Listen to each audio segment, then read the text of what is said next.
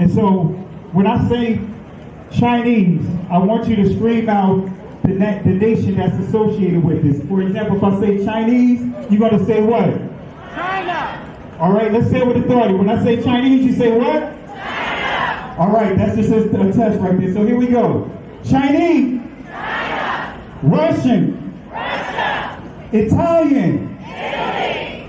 German. Germany. Swedish. Sweden. Korean. Korea. Egyptian. Egypt. Nigerian. Nigeria. Black. Exactly. Nothing. Tell him, Pastor. Tell him, Pastor. Black, nothing. I hope you were able to successfully identify the issue.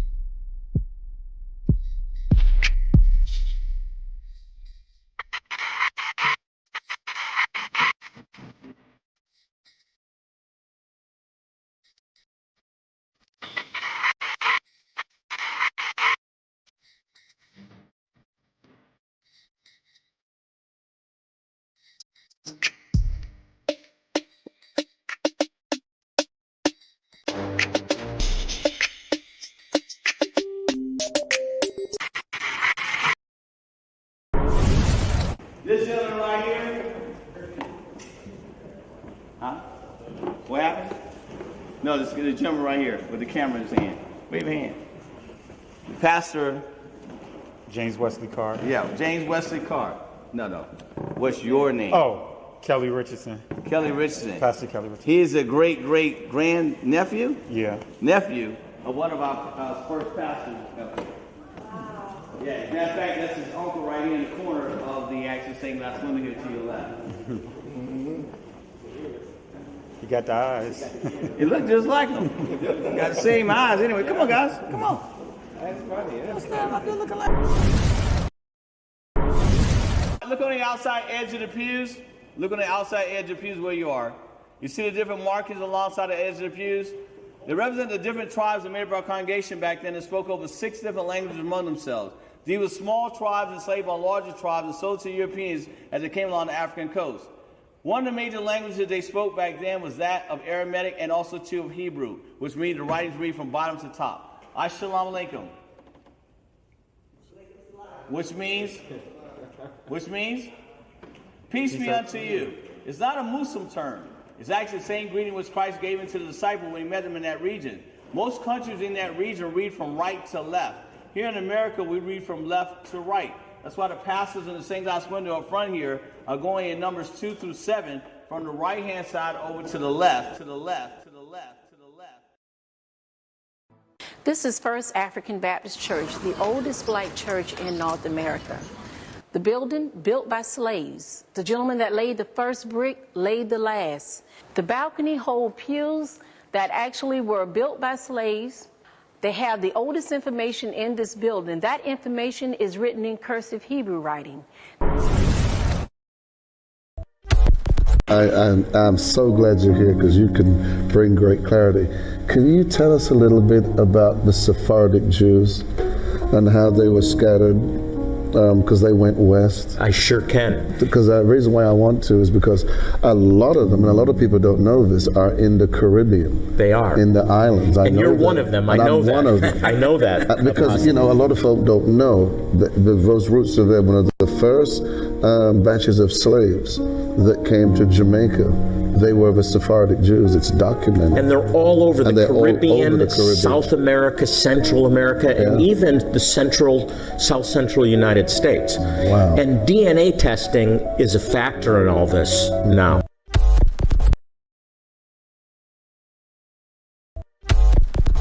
Genesis chapter 11, verse 10 explains the genealogy of Shem.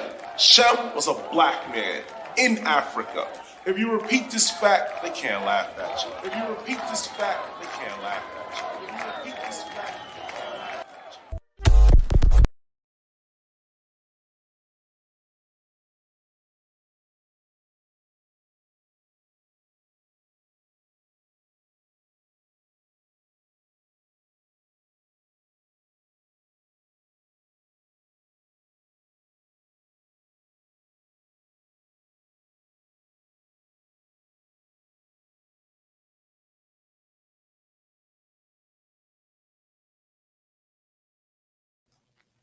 Want to say Shalom Lak, Mash Paka. Want to say peace and blessings to everyone that's tuning in right now. Want to say Tawab, excuse me, which means the evening is good. I appreciate you guys for tuning in in this session right here. This session that we're going to do today, and if you guys can hear me clearly, type 1 inside the chat. If there's issues with my audio, type 2. So if you can hear me clearly, type 1 inside the chat. If not, type 2. All right. So this lesson, and I've done this lesson before. I've been teaching this lesson for years, right? This lesson is going to start off with some basic foundation of Hebrew. I added and I modified it a little as far as the graphics and everything, but overall, it's the same message. I'm going to share a lot of sources here. And so what I'm going to do is over the next couple of weeks, the first 2 weeks, I'm going to deal with the overview of Hebrew in terms of how do we get to where we are right now? Hebrew basics, the importance of a pure language. So we're going to deal with that. And then when we get into the actual Hebrew lessons, starting with lesson number 1, that'll be in 3 weeks. All right. So I encourage you guys. I'm going to start utilizing Patreon. I created a Patreon account. We Woke Now is the Patreon account. I'll drop the link inside the chat, but I'll make sure that the site is updated as well. So if you guys are interested in learning Hebrew, join the Patreon page. I'm going to start doing certain lessons over there because the climate that we live in right now, everyone, I'm not going to say everyone, so many are out to try to build up themselves, build their platforms from destroying others, trying to destroy others. And what I'm going to share with you here, this lesson is not to throw any shade at anyone. It's not trying to question any individual teachings of any within our community and outside our community. This is going to just walk you through with absolute sources. Why do you hear me say shalom, right? Versus others saying shalom. Why is it imperative for us to understand what language is? So I'm going to answer a number of questions this afternoon. And I encourage you guys, if you have any questions, feel free to drop it in the comment section or shoot me an email. My email address is listed. It's a number of things I'm just going to start moving forward with. I am working on a couple of books, actually, that I'm going to launch or put out there within the next few months. But ultimately, right now, I want to just make sure that we understand the importance of language. All right. So again, subscribe to the Patreon page. That's the information on it. Share the link to everyone that you come in contact with. Share this link. And for those that have questions, hey, look, go through this lesson, listen to the entirety of the lesson before you form an opinion. All right. Because unfortunately, there's a number of brothers and sisters. I'm not even dealing with those that are not inside our community, or outside our community, but within our community, many mock at those that use the phrase shalom or bakar tawab, things along that line, or thawadah, right? They laugh at it. They mock it, right? And I want to give shout outs to my cousin, Pastor Jerry Carr. I remember when he and I were engaging in conversation years ago, and he said Shalom to me. And at that time, I was in class taking Hebrew, right? Studying Hebrew. And he said Shalom to me. And I asked him, what did he say? And he told me Shalom. He's like, hey, this is ancient Hebrew. And, I thought it was odd. I said, hey, that sounds similar to Korean, because I just joking with him. I said, hey, come somebody da, Adashi, right? And he was like, well, what did you just say? I said, I greeted you in Korean. I said, that's what it sounds to me. It sounds of an Oriental origin, right? I wasn't mocking him, but that's what it sounded to me. And when he began to explain it to me on the phone, I said, well, let me do my own research. Let me confirm if what you're saying is true. So, of course, I posed questions in the classes that I was taking. And also all what you're going to see here is me doing my own due diligence, my own research, going into these libraries, going into asking these professors that was teaching me Hebrew, and they gave recommendations and they put me on the path of certain things to give clarity on what's ancient Hebrew, what's modern Hebrew, is modern Hebrew an actual term. All right. So that's what we're going to cover today. That's what we're going to cover these next 2 weeks as we start promoting our Patreon channel. When I say our, this is ours, family. This is We Woke Now. And I'm going to put some T-shirts together, not for the sake of profit, but I know I had many ask, hey, We Woke Now should put a T-shirt together, some things together that you can obtain and purchase, right? Not for profit, but you can have something on your mug that says We Woke Now that can spur questions. You can have a T-shirt, whatever the case may be, and we'll give you all the information on that, so that way you will be able to purchase that without not trying to do that for any type of profit. We'll charge exactly how much it costs to put the T-shirt together in terms of print it out and ship it. That's all you'll pay. We will not make anything off of that. So with that being said, and I want to touch on some things here. I want to show a couple of videos before we get into the lesson, so you can understand exactly what's what, why we are doing this lesson. And I want to say peace and blessings to everyone in the chat. I see a question here. I always thought modern Hebrew was Yiddish, but Israeli says it's not the same language. Sounds the same. We're going to deal with that, right? We're not going to do it all in this session, but we are going to deal with that. So I want to say peace and blessings to everyone in the chat. I want to say peace and blessings to my buddy Jay Highstyle, Tana Rich, and some of the other moderators. I want to say peace and blessings to you guys. You guys know what to do. If anyone is being disruptive in the chat, just kick them out. We just really don't have any tolerance for anyone that's coming to just be disruptive in the chat. All right. So, and again, I thank you guys for tuning in to Bishop Brown's listening party. I encourage you guys, go back and watch that video. Bishop Brown has some awesome music that he created, and I encourage you guys to listen to it. Purchase and support what Bishop Brown is doing for us, that music ministry. So let's go ahead and get started here. As you see on your screen, you see restoring the pure language. There's nothing new. That's what it's supposed to say. There's nothing new. I forgot to put the apostrophe S. But anyway, restoring the pure language. What is this all about? Well, let me answer that as we progress. Right? You guys know this word in the background. I'm not going to go through it right now, but when I launch part 2 of Road to Savannah, you will understand exactly what this say on your screen. All right. So let's start with addressing some of the our objectives for this session. We're going to answer some questions here. Is the Most High going to give Israel a new language? Is the Most High is going to give Israel a new language. If you guys heard that before, that, hey, we don't get caught up in this language of today, because the Most High is going to give Israel a brand new language. If you heard that before, type 1 inside the comment section. If you haven't, type 2.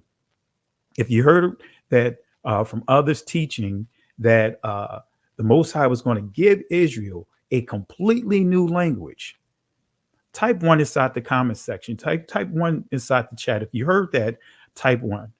And again, this is not to throw shade on anyone, but this is to give you proper clarity. All right. So I see some ones here. See my buddy Jay Highstyle with the 1. I see Stay on Fire Ministry with 1, and I appreciate you for your support. And let's connect offline so that way we can do whatever we can to support your ministry. Stay on fire. Really appreciate you. Davian Murphy, same thing, likewise, has heard this as well. Let's see who else we have here. Hawkeyes, we see Danielle Floyd. Who else do we have here? Tana Rich. I want to say Richardson so bad, right? Maybe because of my last name. But 1, Blessed Amaker, 1, Chriselle, 1. So you guys, the majority, as far as the consensus, has said you heard this before. Okay, so let's go ahead and answer this question, because this is some things we need to address, and these are the things that I am going to address this afternoon. Okay, the other thing that we're going to address is the Most High going to give the Messiah a new name? Right? That's some of the things that we hear. Is the Most High going to give the Messiah a new name? Yahushua HaMashiach, is he going to give him a new name? And we're going to answer these questions with some key words I'm going to cover.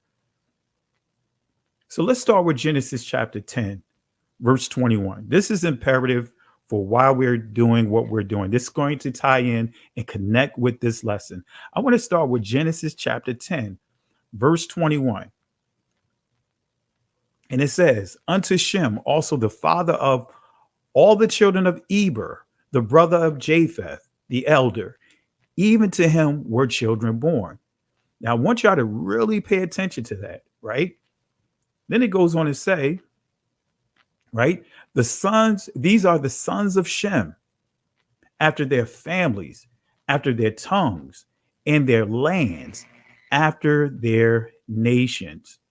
Right? This is very important, again, for you guys to make a note, because we are going to cover and we're going to answer this question that I posed early on, because it's very imperative. It's imperative for you to understand this scripture that I just highlighted.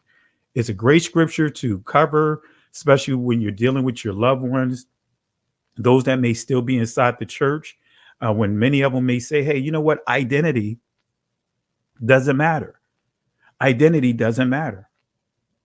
Let's go back to the previous verse. Genesis chapter 10, verse 21. Let's go back here real quick. Unto Shem, also the father of all the children of Eber. Now, if you do this study, Ibar, right? Eber, right? He is the father of all Hebrews.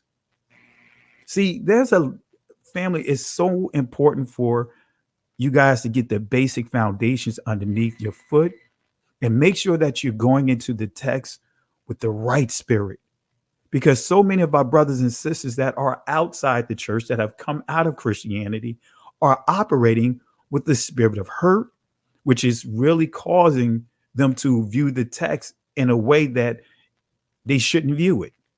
Many have actually said that, hey, Jacob was the last Hebrew. It's all kinds of stuff that is out there.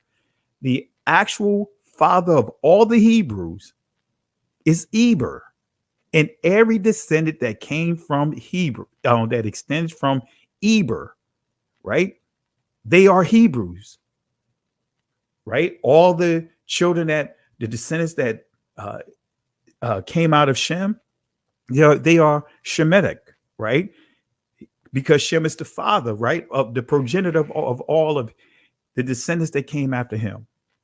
Eber, he's still a descendant of Shem, But now you see a branch. Now you see the Eber, in other words, the Israelite. I mean, not Israelites, but the Hebrews.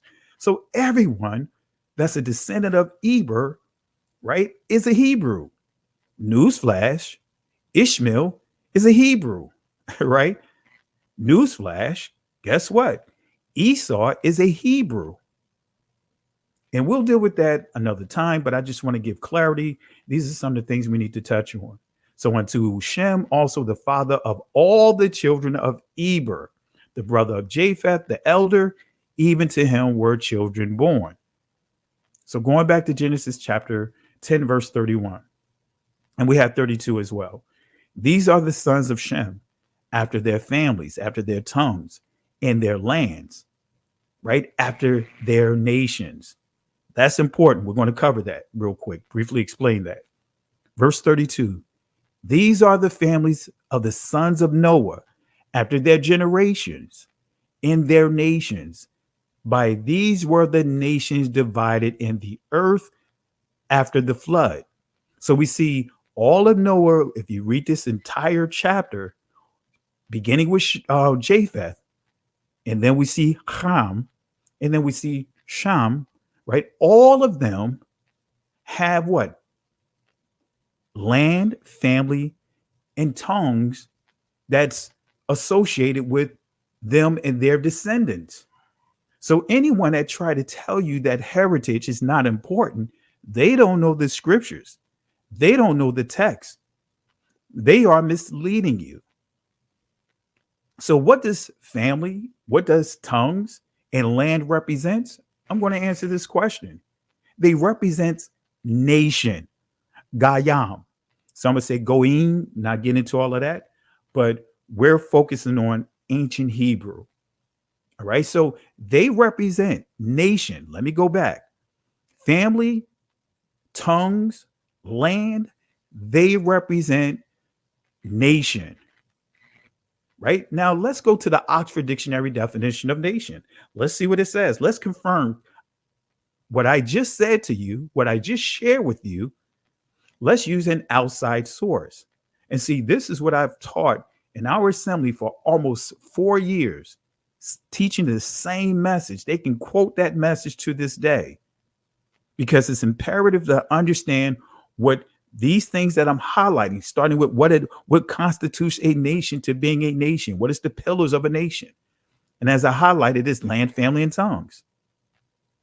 So let's see what the Oxford Dictionary definitions say. And I guarantee you it's going to confirm what I just said. It's going to confirm the scriptures. This is coming from the Oxford Dictionary online. Notice what it says.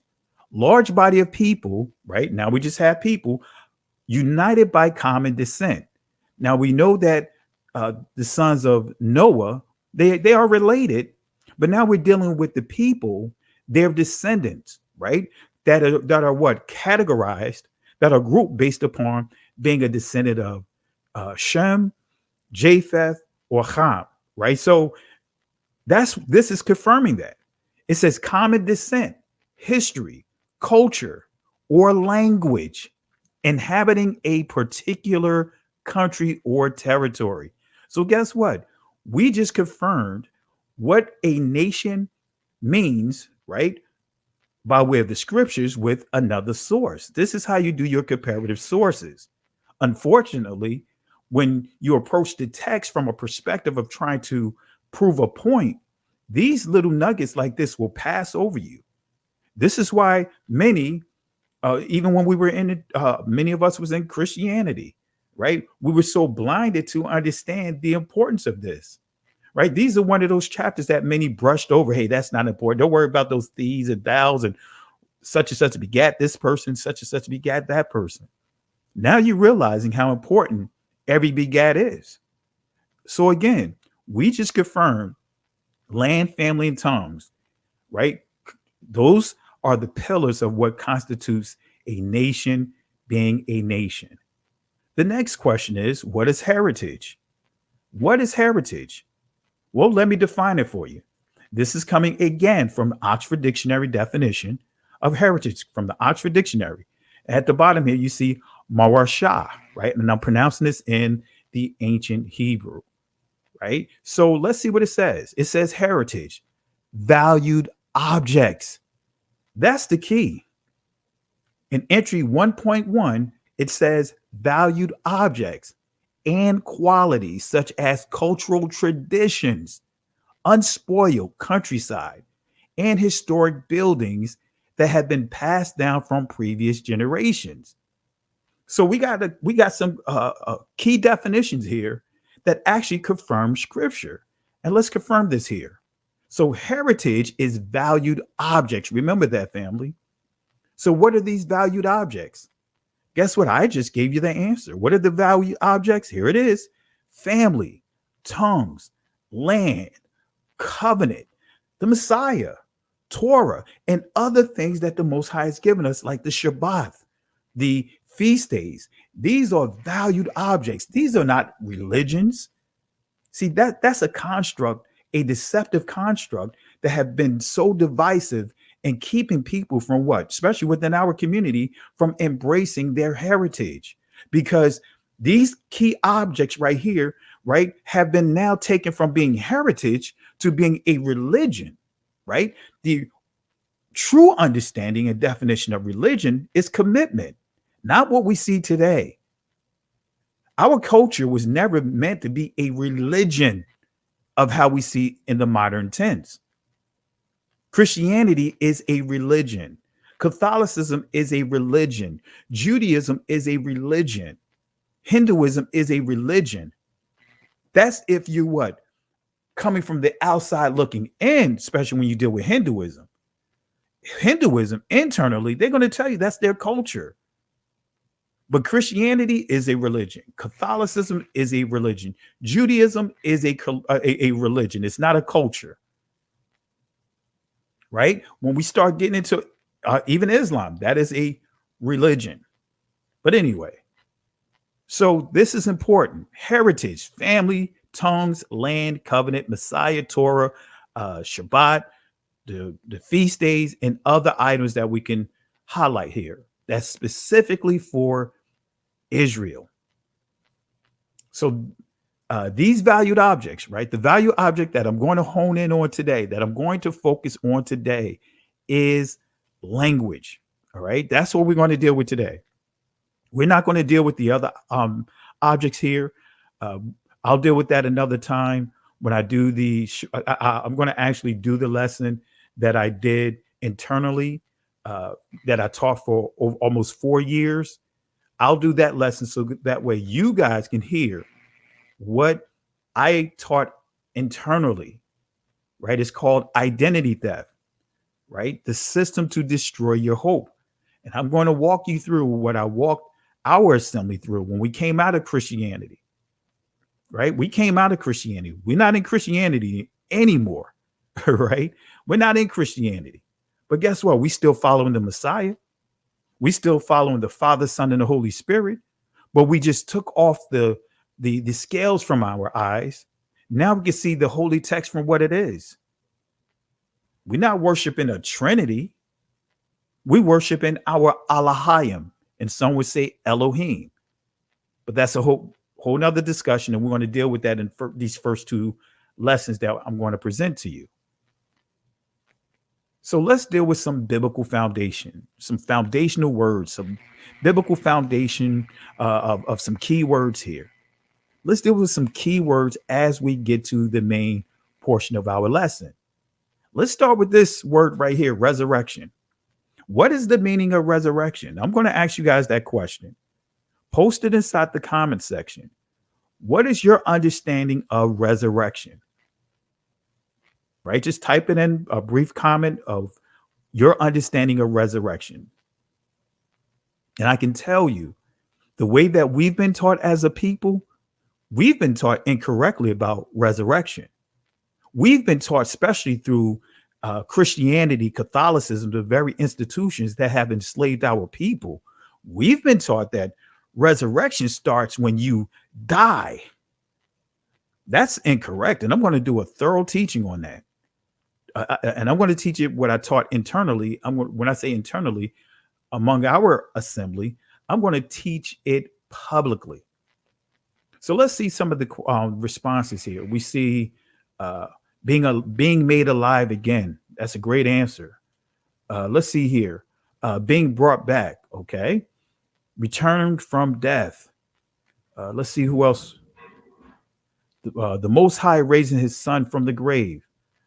All right. Let's see what else. Who else we have here? We have Restore by Chris Selly.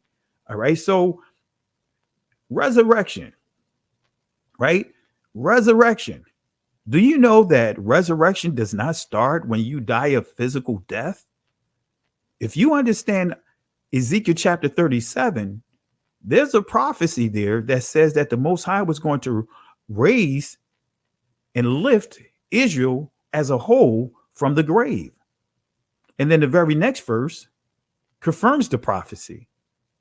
See, we don't have to die for the resurrection to begin. And I'm going to share with you just some key information about resurrection. See, we already know that our soul is going to live for eternity, whether it's cast into the fire, the pit, right? Or whether we're going to spend eternity with the Father as he restored the kingdom here on earth. So we know we're going to live forever, right? But the question is, what side are you going to live on? What side of eternity are you going to live on? That starts right now. And I'm going to share with you just a little bit, not trying to get away from the overall objective today. So let's break down this word real quick. Let me give you clarity on it. Let's start with the Greek word anastasia, right? You guys heard that term Anastasia, but anastasia, right? Standing up, recovery, raised to life again, rising again, right? Israel as a community, we were dead, right? We were dead. Even though we're alive, we were dead because that crafty counsel in the 83rd book of Psalms made it a point to completely try to eradicate us, try to take away our heritage, try to take away the very thing that Israel was known for. And that's our relationship with the Father, the covenant, try to erase these things. So as we see here, anastasia, it means standing up, recovery, raised to life again, rising again. So remember, resurrection, anastasia means standing up again, recovery, raised to life again. All right. So let's go to the Hebrew definition of this word, right? And the Hebrew definition is chaya. That's the Hebrew word for resurrection. But you will not find the word resurrection in the Old Testament. I don't even like using the term Old Testament. I'm just going to say in the established covenant. Or if we say the law and the prophets, actually, we'll just say that if we need to say it that way. Because prior to the 2nd century, there was no such thing as an Old and New Covenant, an Old and New Testament. That's the works of the converts who made every attempt to hijack a culture that never belonged to them as they developed a religion. Anyway, so we see here, chaya. Notice what it says, to revive, right? So resurrection, and from a Hebraic perspective, means to what? Revive. And again, when you study Ezekiel chapter 37, you will see, right, that word here, revive, restore, resurrect. Okay, so revive, chaya, it means to revive, promise life, give life, give promise life, recover, repair, restore, in other words, to life, revive. And notice this, the key to being restored is to be made what? Whole, like the woman that had an issue with blood, issue with her blood in her body, right? Said that she was healed. She was what? Made whole. Being made whole is not just restoring your body, it's repairing relationships. She was allowed to go into the temple because a woman with an issue of blood, according to the law, when we look at Leviticus chapter 13, 14, and 15, if you have an issue with your blood and you just continuously bleeding, you had to isolate yourself. You couldn't go into the temple. But here we see kaya means be whole. All right. So resurrection means to restore to life. It means to revive. Kaya. Now, key words to understanding resurrection. Let's start with the word restore. But resurrection, let's start with restoration, and then we'll deal with restore. So restoration means renewing of something lost. Let me say that again. Restoration, the key to understanding restoration and the key to understanding resurrection, it means what? Renewing of something lost. And it tells you at the bottom, it says restore. So restoration means renewing something, right? Renewing something, what?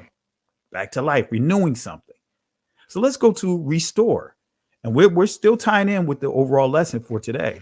Restore, it means to what? Build up again, repair, right? Remember, make a note of this. Restore means to build up again. Here's the kicker: repair, rebuild, renew. And notice what it says here, Now we're dealing with the prefix back again. And it tells us to see And then when we go to sta, right, it says to make, stand, make, or be firm.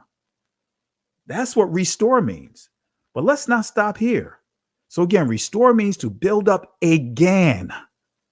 Let me say that again. Restore means to build up again, repair, rebuild, renew.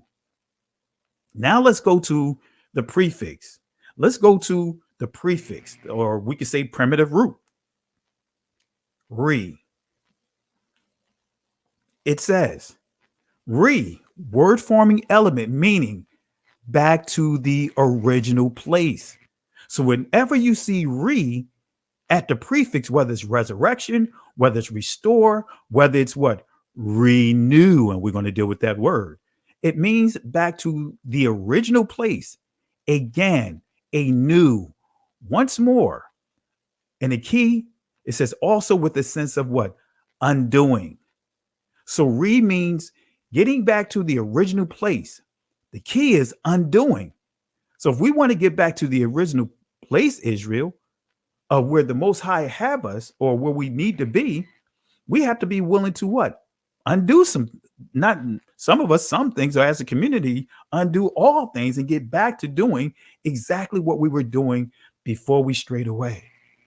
So is the Most High going to give Israel a new language?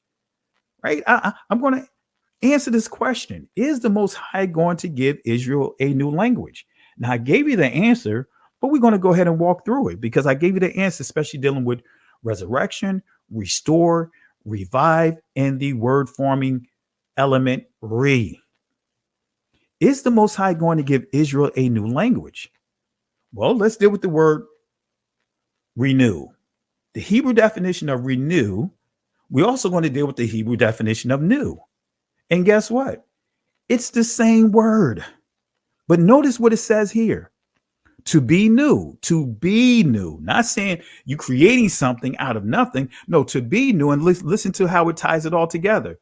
To rebuild, repair, right? To renew, repair, make anew. That's basically what Kadash means. You have Quadash, which means holy, but then you have Kadash, that means renew. But here it is, to build, renew, repair. All right. Now, let's go back to this word just so that we understand. Let me see if I have the etymology still here, just so that way you guys can understand what it means. Again, as we tie it together, I don't think I put renew here, but still, we can still tie this in with restore rather. It says to build up again, repair, rebuild, renew, make or be firm. Right. And then we could go back to the word forming element here. Back to the original place again, anew, once more, undoing. right? So when we get to that word again, renew, right? Renew, chadash, right? You can make something what? To be new. When you restore it, to rebuild, to renew, repair. Okay, so now let's get to Zephaniah chapter 3, verse 9. I said all of that to say, to give clarity here. It says this, for then will I turn to the people a pure language, that they may all call upon the name. And in the Hebrew, you'll see there, sham, which means reputation. It means authority. It means glory, right? It means character. Call upon the name, the reputation, the authority of Yahweh to serve him with one consent. See, right now, it doesn't appear like many of our brothers and sisters that are learning Hebrew, right? Or this Israeli language, that their motive or their agenda is to what? Come together and be united. See, it says, for then I will turn to the people a pure language, that they may all call upon the name of Yahweh to serve him with what? One akkad, consent. From beyond the rivers of Ethiopia, my suppliants, even the daughter of my dispersed, shall bring mine offering. So again, key quote here, then will I turn to the people a pure language, right? A pure language, right? Shapah bar war. This is what you will see inside this particular text in ancient Hebrew. You will not see Kadash. You will not see anything that says the Most High is going to give a brand new language. What we can understand, if we really understand it in its fullness, he's going to what? Cleanse the language that we have. He's going to cleanse it and make it free from all those that have interpolated the language. He's going to get it back to where it needs to be, where it should be, where it was during the time of Moses. But notice what it says here again. Then will I turn to the people a pure language. Shapah bar war. So let's deal with the Hebrew definition of pure. Bar war. This is ancient Hebrew. Okay. And notice what you see here. It says to clarify, examine, make bright, cleanse. In other words, be clean, polished, purge. In other words, purge out. So here we see that the Most High is going to do what? He's going to cleanse our language. This is the Hebrew word that is inside the holy text. Right. And so to those that have just come in to, for example, my brother Leon Bell, yes, we're going to be teaching ancient Hebrew. We're going to deal with this lesson here, part 1 and part 2 this week and next week. And then I'll teach lesson number 1 in 3 weeks from now. And from there, we'll teach the remaining of the lessons over on the Patreon account, on the Patreon site. All right. So want to make sure that everyone that's coming in understand I just got the Patreon set up. So I'll drop the link here before we close out. So that way you guys can subscribe to the Patreon account. And that way we can put certain teachings over there. That's just for the we woke now, those that truly want to be we woke now, be awakened now, free from all the rah-rah, the arguments and the issues that we see to try to sabotage and basically distract us.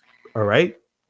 So barar, as I just pointed out, right, it says to clarify, examine, brighten, right, or make bright, cleanse, in other words, to be clean, polished, purge out. So this is what the Most High is going to do with the language. It says nothing to what many have been teaching, that the Most High is going to give a new language. No, he's saying he's going to give clarity.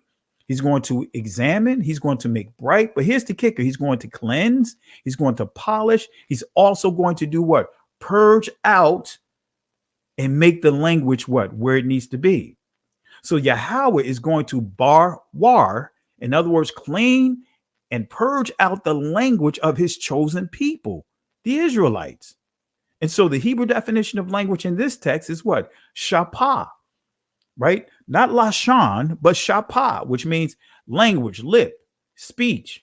Okay. So this means Israel's speech, starting with the heart of Israel. If you read the entire book of Zephaniah, will be purged, and all of Israel will speak one language again. So in order to purge Israel's language, the Most High has to do what? Purge our heart.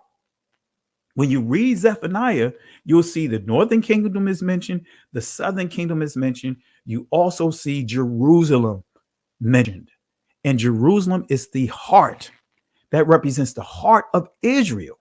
Jerusalem, Yara Shalom. That's the heart of Israel. So in order to purge and cleanse our language, it starts with the heart. Remember, out of the abundance of what? The heart, labab. The mouth, pa, speak. So in order to change our language, we have to start with what? Changing our heart. Now we're getting into what? The circumcision of the heart. As Moses prophesied in Deuteronomy chapter 30. He said that the Most High was going to circumcise the heart of Israel. So again, in order to purge the speech, it starts with what? Purging our heart. Okay, so let's start with some additional biblical prophecies so we can pull it all together, bring this all together. Here we go. Revelation chapter 13, verse 1 and 2. This is a key prophecy. And I stood upon the sand of the sea and saw a beast rise out of the sea, having 7 heads, 10 horns, and out of his horns, upon his horns, 10 crowns, and upon his head or heads, the name blasphemy. Now, I'm not going to get too deep in this prophecy here. I want to keep it simple as we get into some key information here. Verse 2, and the beast which I saw was like unto a leopard, and his feet were as the feet of a bear, and his mouth as the mouth of a lion. And the dragon gave him his power and his seat and great authority. So these are some key animals that we see here. Leopard, Germany, feet of a bear, Russia, mouth of a lion. Who is that? Right? Let's see who this person is. Upon his head, the name blasphemy. Right? The Hebrew definition of the word name, as we covered, Sham means mark, memorial of individuality. So it can be a literal name, but the key is honor, authority, character. All right. Report, glory, reputation, as you see at the bottom here. Then when we go to, actually, let me just reiterate this. Name, Sham, means distinct literal title, a distinct literal title. It also means honor, authority, character, fame, reputation. Then when we deal with the word blasphemy, because it said the name blasphemy, not saying that the literal name is written, but it's saying that this is dealing with the reputation of this beast, right? Natazah or na'at. It means to scorn, contend, despise, provoke. So again, understanding that this word natazah or natsah means to scorn, despise, profane when speaking of the Most High or the things he deemed to be sacred. So when we go back to verse 2 here, this is a key prophecy. And the beast which I saw was like unto a leopard, and his feet the feet of a bear, and his mouth as the mouth of a lion. We're going to highlight the mouth of a lion because that's a key prophecy, right? The symbol of the lion, right? The lion is the symbol of the United Kingdom. Great Britain has this symbol. This is their symbol, the lion. Here's proof, right? This is on their website. The national animal, the lion. And it says here, today it remains the national animal of the country. Why is this important, family? Because when we look at what? The English language, That is the lingua franca. That is the language that Great Britain, that's the language that the United Kingdom, that is the language that the United States speaks. So when you see the mouth of a lion, we're dealing with what? Language. We're dealing with speech.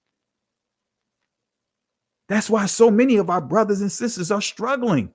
The Most High said to Israel, he was going to confirm his truth in a foreign language when we look at Isaiah chapter 28, because Israel was rebelling against the word of the Most High coming through the prophet.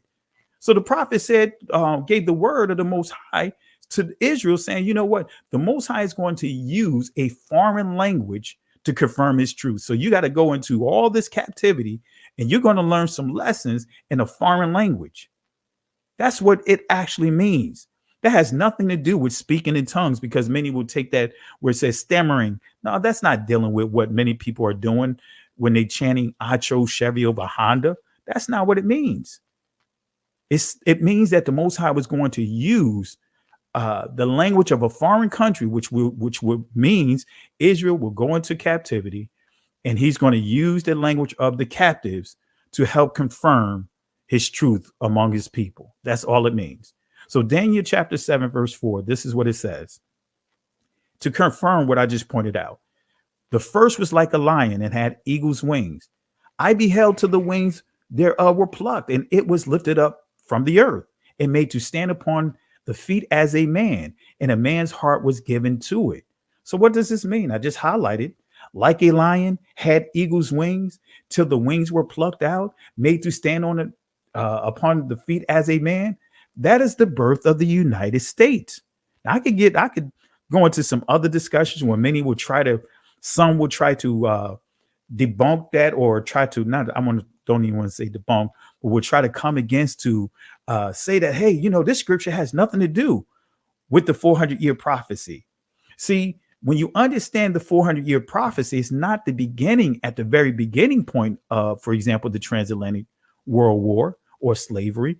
It's at the beginning of what? This key country being birthed, the United States. Let's go back here, right? It says here, the first was like a lion, had eagle's wings. Remember, Great Britain. I beheld till the wings thereof were plucked. So the eagle's wings that were plucked from this lion, now we're dealing with what? A revolutionary war.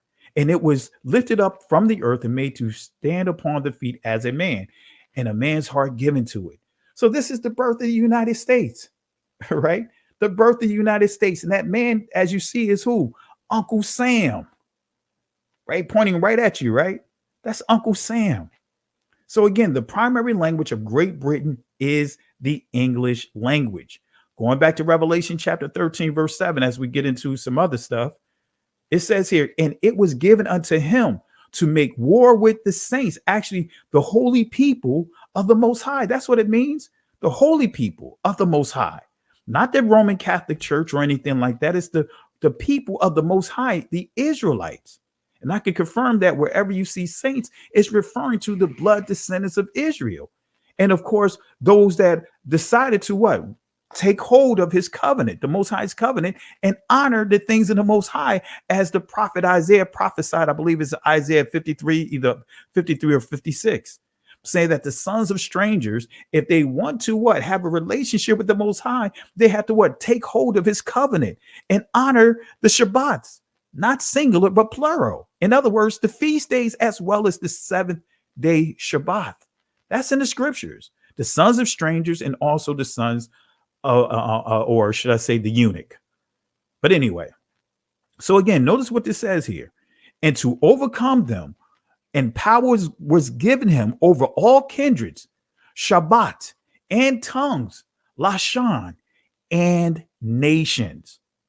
Right? We see that with the descendants of Ham, we see how this beast is all within, all dwelling in the tents, right, of Canaan, right, changing the figures, trying to whitewash the images there to make it as if the Egyptians were Caucasians, trying to make it as if the Sumerians were Caucasians, make it seem as if the Babylonians, the ancient Babylonians, were Caucasians, trying to whitewash history. whitewash the language, and of course, the nations, as I just pointed out. So this is heritage. This is identity theft. So again, power was given him over all kindreds and tongues. So the serpent, Nakash, gave this beast power over all kindreds and tongues.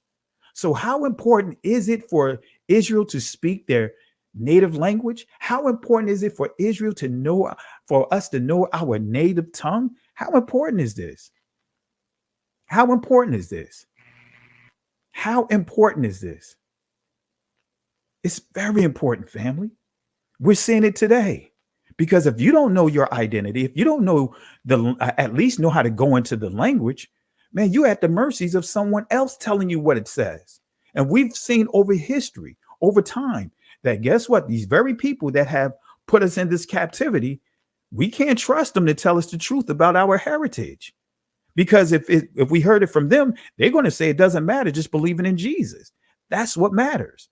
No, that's not true. That's not even facts. Right? Israel, physical Israel, is still here. So let's go to Nehemiah chapter 13, verse 23 through 24 to see the importance of language. In those days, I saw Judeans that had married wives of Ashad, Ammon, Moab, and their children spake half in the speech of Ashad and could not speak in the Judeans' language, but according to the language of each people. So the men began to marry foreign wives, began to marry wives of Ashad, Ammon, Moab. Now we're dealing with Lot's daughters right here, Ammon and Moab, right? The Moabites, the Ammonites, right? So they began to marry foreign women, and they began to what? Compromise their culture for the sake of these women. So the end results was the children could not speak their native tongue. The children, that's why I said their children. Because when we look at the men, we know that the children is going to inherit the inheritance of the father, not the mother, the father. Their heritage is established with their father. So that's why it says the men. It says the Judeans had married wives of Ashad, Ammon, and Moab. So they began to compromise and they started losing focus of what? Their heritage. Sounds familiar, right? That's the playbook. King Solomon lost his identity because he married all these women and began to indulge in their belief systems. King Ahab, we could look at Jeroboam. We could go right down the list of many that began to do this. So their children spake half in the speech of Ashad and could not speak in the Judeans' language, but according to the language of what each people that they decided to mesh with. So this right here, family, again, reiterates the importance of what? Heritage, one of the key pillars that constitutes what? A nation, which is language. If Israel, by them compromising what? Their language, guess what? The children needed what? An interpreter in order to understand their native tongue. Then they began to what? Erode away. Their decision making began to erode away at one of the key pillars of what makes a nation, a key component of their heritage. So the children could not speak Hebrew, their native tongue. So restoring a lost language, this means that the children would not be able to read and understand the law. Unless the situation could be corrected, the compromise of mixed marriages would only grow. Eventually, a whole generation of children would not be able to speak Hebrew, which meant that they would be ignorant of Yahweh's words and of the laws that were to govern Israel. They wouldn't be able to read it.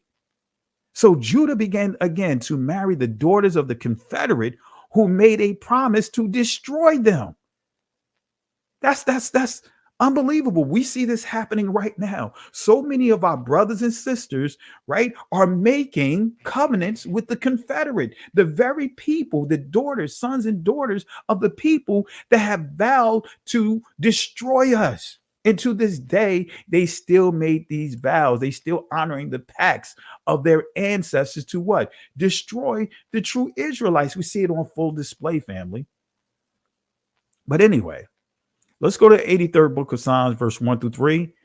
Keep not thou silence, O Elohim, hold not thy peace and be not still, O Elohim, for lo, thine enemies make a tumult, and they that hate thee have lifted up the head. Ra'ash, that's what you will see here.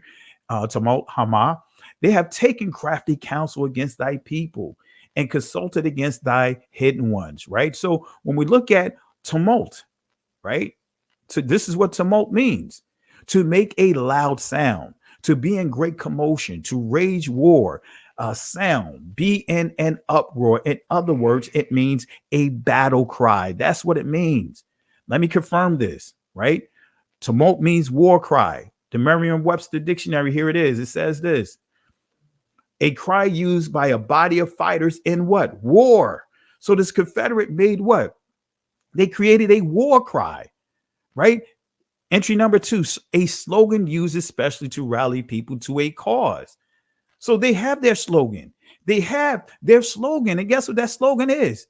It went from Black Hebrew Israelites to Hebrew Israelites. And also you hear terms like modern Hebrew, modern Israelites, Hebrew Israelites. You hear camps. You're hearing all these slogans to cause what?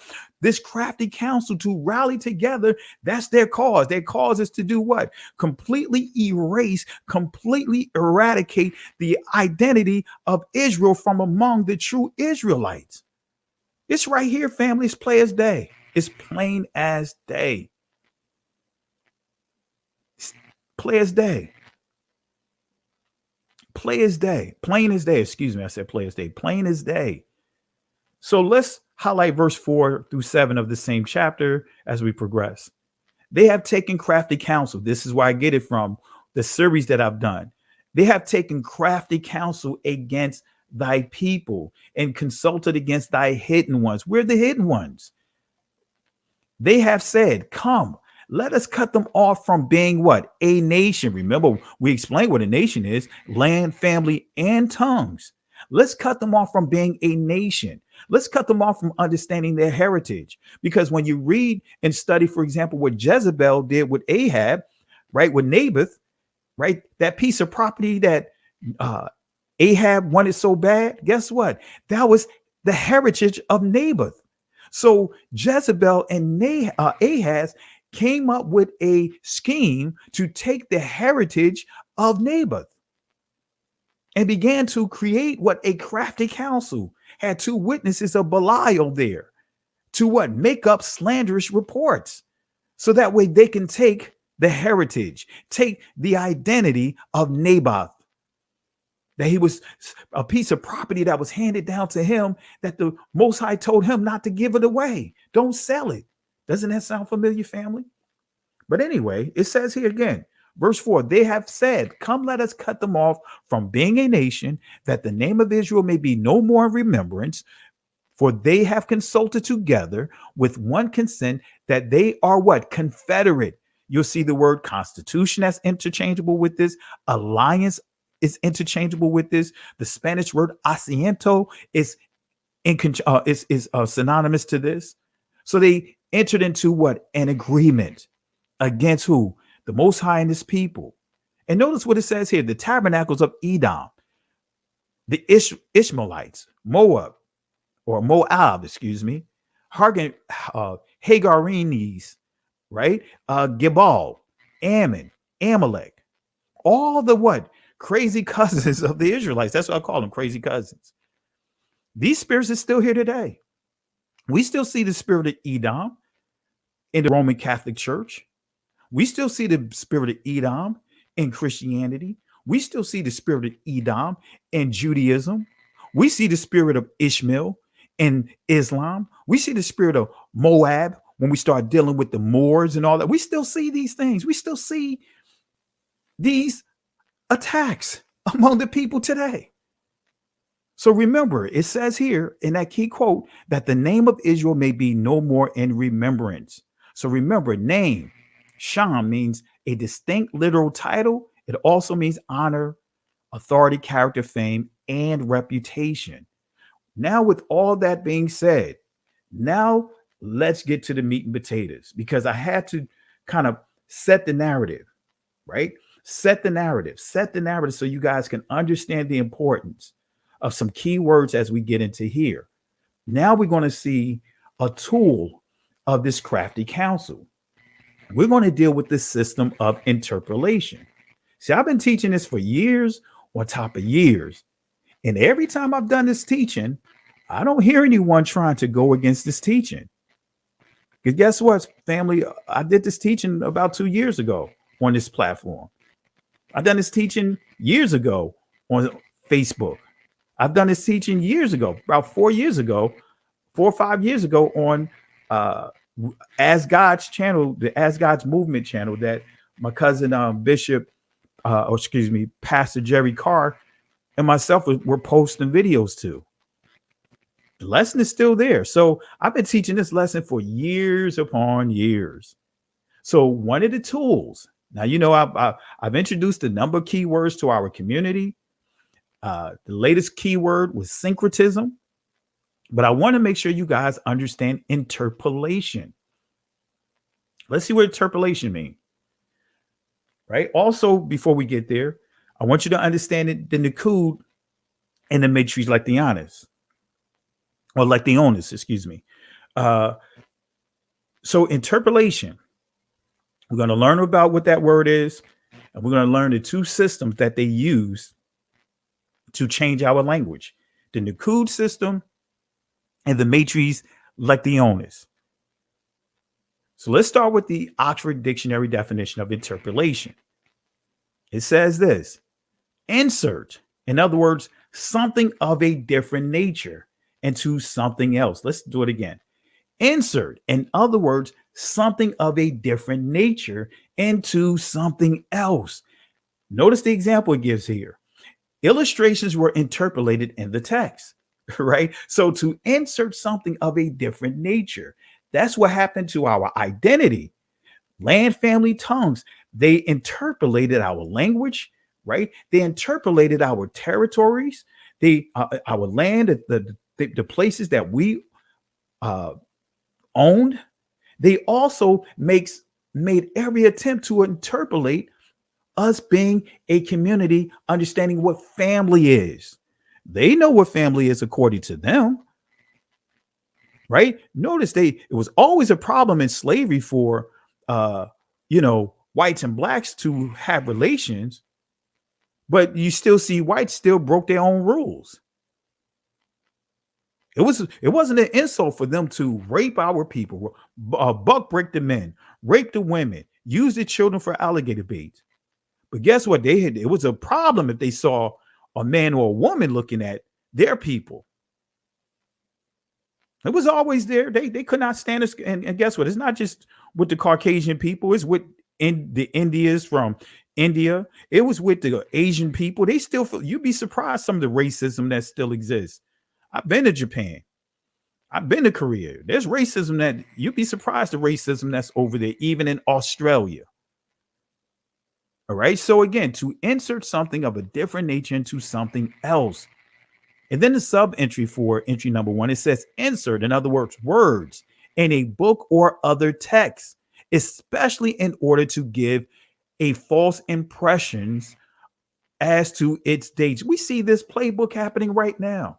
No matter what sources that is used, you have a group of people that want to manipulate, they want to modify, they want to change, they want to tell you that, guess what? That's not what the source is saying.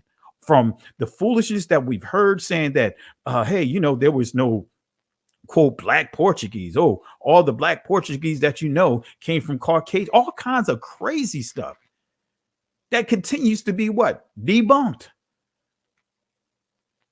Those lies are being exposed right now. And it's all by who? The Most High. We still see this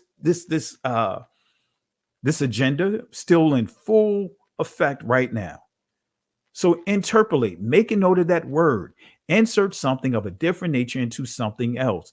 In the sub-entry, insert, in other words in a book or other text, especially in order to give a false impression as to its date. So make a note of that, family. So now let's deal with the Nakud or Naquad. And I'll tell you why I say Naquad. That's the ancient pronunciation of it. and also the Nakud, the Masoretic points. Let's start with this source here, the Theosophical Glossary by Helena Petrovna Blavatsky, 1892, page 208. Let's get a better understanding, for you to get a better understanding about what's the Masoretic points, the Masoretic text, right? Before we do that, right, let me show you a couple of videos, because I said I was going to show some videos and I just went right into the lesson. I want to show a couple of videos before we go into this source to show you the importance of why we are doing what we are doing. All right, here's a couple of videos so that way you guys can understand why we are doing what we're doing. And also I want to mention too, a dear friend of mine passed away. He passed away about a week and a half ago. And I really want to do something for he and his family. So if you guys want to sow a seed, if you guys going to do a Cash App or whatever case that you're going to do, if you want to support this channel and you want to give a Cash App, you know, I want to make sure that when you do the Cash App, right, I want you so that way, I want you to actually put this inside the Cash App. Let me see here. I was trying to see the Cash App information. Well, while I pull up the Cash App information, I'll go ahead and show these clips, and I'll tell you what the Cash App information is, because I want you guys to, I want to make sure we are a blessing to their family. All right. So let's go ahead and show a couple of clips here, and then we can go ahead and get right back into what we're doing. All right, here we go. Here we go.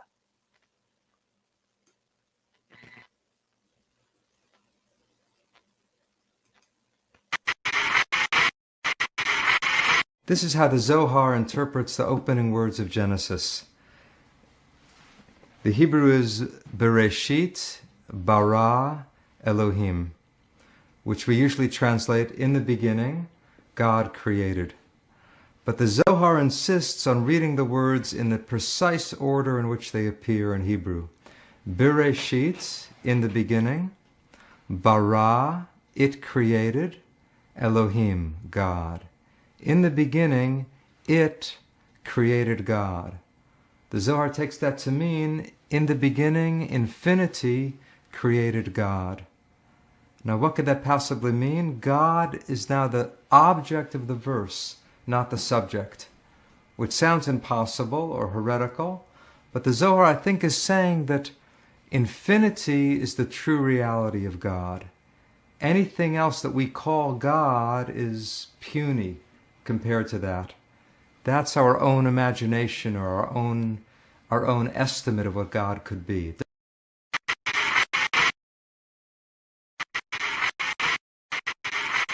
The 10 Sifirot. One popular interpretation shows these characteristics as a map of God's body. Kabbalists believe that if they can understand God's anatomy, they can learn how his powers work. These ancient drawings reveal that God's body is similar to humans. The top symbolizes God's head, which is the source of will, wisdom, and understanding. Below that are symmetrically arranged organs and limbs, representing love, power, beauty, eternity, and splendor. The most unusual part of the diagram contains sensual imagery. The ninth part of God, called the foundation, is the phallus, or procreative life force of the universe. But according to the Sifirot, God also has female components. The final element, often called Shekinah, was depicted as the feminine half of God.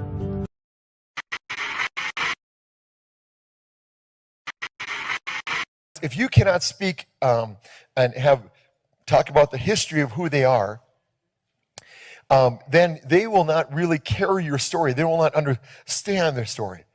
So today, the first thing I was the greatest revelation I was telling you a while back, is that most people trying to reach, and I'm going to specifically talk today, and next week will be Spanish, the following week the Asian, etc. But I'm going to talk specifically today about the black culture. And I wanted to right now, I know, and how many would agree that I am not black? Can I get a witness, everybody? Amen. Praise God. Praise God. Pretty white to me. Can I get an amen up in here? Yeah. Praise God. Amen. So here's the deal. But what I want to share with you is I want to talk to you about is that, you know, we went across the country and we found out there's certain things that help reach that culture and reach it effectively. And there's certain things that don't make it happen, okay? And today I would like to talk about those things that do reach the culture, specifically the men of the culture.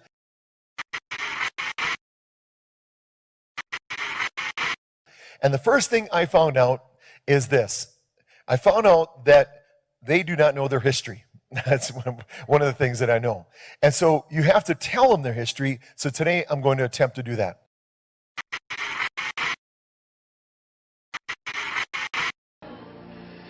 He's now positioned in a position of power and authority. He has given within him a belt. On one side is justice, and the other is blessing. He now is given the Constitution of God as a king. I give this to you, Bishop, as a sign of covenant, as a sign of release, as my sign of love for you. Amen. My brothers will come forth. 4 sons representing the 4 corners of the earth. They'll raise him up right now. He now is raised up from a commoner to a kingship. Come on, raise it up. And I'll walk him around.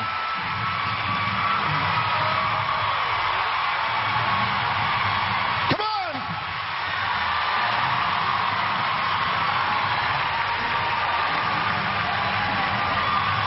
Come on, praise God.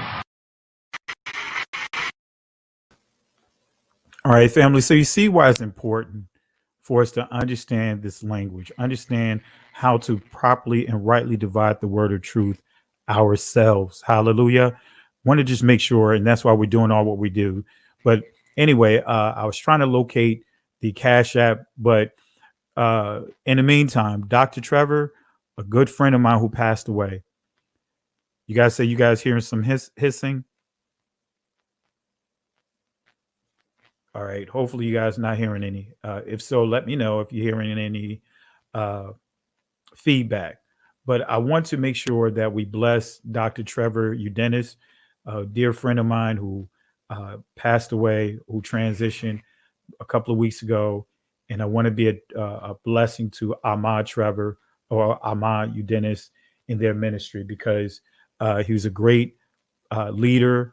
And whatever you guys during this lesson and the upcoming lessons I do, whatever Cash Apps that you make out to me, make sure you put in the message, right? Make it out to $ Pastor PFR, but in the message, make sure you put Dr. Trevor, so that way I know that you're giving directly to him. I'm going to also put a post up in the community channel, and I want us to be a true blessing to his wife that he left behind, and his children, his sons that he left behind, as well as their ministry. So let's make sure that we do like we are required to do as a people. Let's make sure that we be a blessing to them. All right. So again, I'll post his name inside the comment section, inside the chat.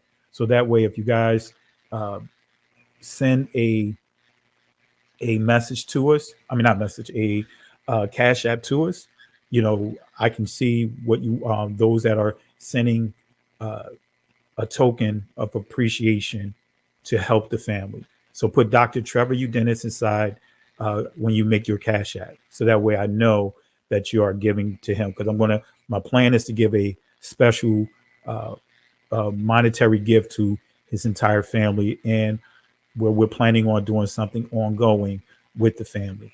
A dear friend of mine, a very good person, and really helped me in this walk, especially when I was dealing with a number of attacks from, I'm not even getting into the rest of it. But anyway, so going back, I hope you guys saw those clips, was able to see all the clips and see why we're doing what we're doing. There's a lot going on. And now I want to give clarity on the matrix lectionis. This is why it's imperative, for you to know this history. This is why it's imperative. This is why no one can tell me, I don't care what they try to say, that this so-called modern Hebrew, which I refer to Israeli language, and they try to mask it and say, no, it's actually biblical Hebrew, even though they still have the same phonology, still pronunciations is still this. We're going to deal with that. But let's start with this source here by Helena Petrovna Blavatsky, the Theosophical Glossary. Let's see what she says. Let's see what was written in this old glossary about the Masoretic points. Now, notice what it says here, Masoretic points, and this is what we're going to deal with. Masoretic points, right? It says here, or vowels. So for those of you guys that are not familiar with it, when you hear Masoretic points or the Masoretic vowels, this is what it's referring to, right? It says, as the system is now called Masora, from Masoret, Masoret or Masoreth. In other words, it means tradition, right? We're not dealing with ancient. We're dealing with the Israeli, because the ancient is Morashah, right? As I pointed out. But anyway, tradition, right? So Masoreth or Masoreth means tradition, right? But it goes on to say this, because I'm not trying to get into all of that, but it goes on to say this. The rabbins who busied themselves with the Masorah, hence called Masoretes or Masorites, were also the inventors of the Masoretic points, right? So these Masorites, right, not blood descendants of Israel, were also inventors of the Masoretic points, which are supposed to give the vowelless words of these scriptures their true pronunciations by the addition of points representing vowels to the consonants. This was the invention of the learned and cunning rabbins of the school of Tiberius. And as you see here, in the 9th century of our era, the 9th century, we're not dealing with the antiquities. We're not dealing with the time of the Messiah or close to it. We're dealing with almost 9 centuries, 900 years, almost 900 years, between 800 to 900 years after the Messiah was his death, burial, and resurrection. Now we're dealing with a group of people, right? Masoretes, right? Or Masorites, who decided to come up with a vowel points to supposedly preserve the pronunciations. Now, notice what it says again. This was the invention of the learned and cunning rabbins of the school of Tiberius in the 9th century of our era, who by doing so had put an entirely new construction. Let me say that again. Had put an entirely new construction on the chief words and names in the book, right? We're going to go further with that. I'm just going to stop it right here. But notice what it says. Said they have put an entirely new construction on key words. Aren't we seeing that right now? You hear people saying Yahweh. You see, matter of fact, they got even away from Yehudi, even though the ancient pronunciation is Yahweh, to now they saying what? Jew. By doing so, have put an entirely new construction on chief words or keywords and names in the book of Moses. So make a note of this quote here. This was the invention of the learned and cunning rabbins of the school of Tiberius in the 9th century of our era. So it goes on to say this, the book of Moses, right? But then it goes on to say, and made thereby confusion still more confounded. The truth is that this scheme has only added additional blinds to those already existing in the Pentateuch and other works. So what she's saying here is that they began to change and modify key words in the scriptures. The key words, like the Most High's name, like even saying the Holy Spirit, even saying the Messiah's name, even how we think and process the names of Israel. Key words. Even saying, instead of Elohim, how we saying, many are saying Elohim now. I said Elohim at one time. So that's what this historian has pointed out here, that they began to change key words. Right? So again, the ancient Hebrew and the Hebrew spoken by the Messiah did not have vowel points. They were added to the Hebrew text. Let me say this again. The ancient Hebrew and the Hebrew spoken by our Messiah did not have vowel points, right? The ancient Hebrew, I'm not dealing with the Syriac language. They were added to the Hebrew text. That's a fact. So let's pull up this source, and you guys heard me use this source for years, and I'm going to share with you guys that are watching for the first time. Notice what this says here. Notice what this says here. Proofs of the interpolation of the vowel letters in the text of the Hebrew Bible. 1857 by Charles William Wall. So the proof of interpolation, again, this is the source, the proof of interpolation of the vowel letters in the in the text of the Hebrew Bible. All right, let's go here. This is what it says. But the case is widely different with regards to the further disclosures made in the following essay, namely that the Hebrew Bible, as it issued from the pens of its inspired authors, was written without vowel signs of any kind. Let me say that again. The Bible that our ancestors wrote, they didn't have vowels of any kind. There was no vowel letters. There was no vowel points. That's what this text is saying here. All right. So I want to make sure that you guys understand this. I want you guys to understand this. I'm going to reiterate this. It says here again, but the case is widely different with regards to the further disclosures made in the following essay, namely that the Hebrew Bible, as it issued from the pens of its inspired authors, were written without vowel signs of any kind. So there were no vowel letters, there were no vowel points of any kind. So even when you go to the ancient writings of Moses, the law, right, the Torah, right, the Pentateuch, it was not written in the Syriac block letters. It was written in ancient. Someone referred to it as Paleo-Hebrew. So those letters didn't have any vowel points, and it had no vowel letters of any kind. That's what, let me read this again. Written without vowel signs of any kind, whether points, right, dots, or letters. So didn't have these vowels of any kind. That where Aleph, Yod, Wa are now to be seen in the pointed text. And we're going to cover more of this when we do our very first Hebrew lesson. Now I'll expound on that more. It goes on to say useless and the unpointed, one diverted from the primary and proper use. Let me say that again. Let me go back to this last line. It says that where Aleph, Yod, and Wa, these are now what you see as being used as vowel letters. The Aleph, or Alap, rather, the ancient pronunciation is now silent. You're only pronouncing the marks. So when you say Elohim, that's just a mark. And anyone that will try to say, hey, you know what, these ancient words, the pronunciation was preserved in the Greek, I can shut all of that down with ease because it wasn't. Now, you could go into some of the Greek manuscripts, right?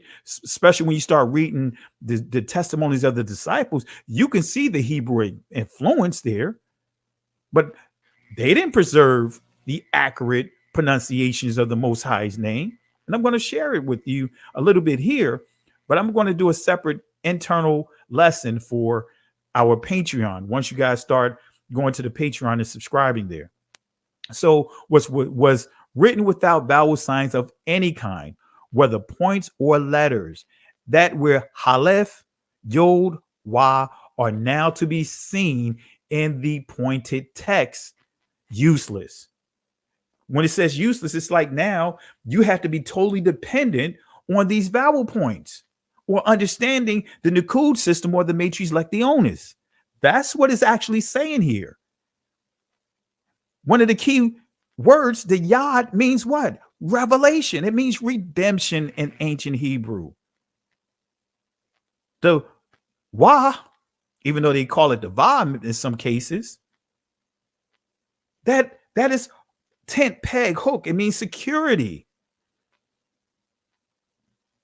The alap, that's the key letter in understanding what a father is, the key letter that gives us the understanding of what a mother is, the key letter that points to the Most High. So it made those letters what? Useless. Silenced them. Anyway, so it goes on to say here, and in the unpointed, one diverted from the primary and proper use.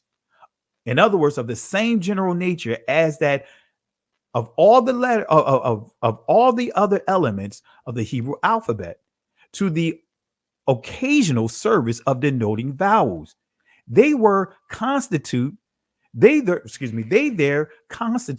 no part of the original writing, but were interpolated in it long after. Let me say that again. It's saying that these vowel points, as far as these dots, this Nukud system, the matrix lectionis that's using vowel letters, they constitute no part of the original writing, but were interpolated in it not long after.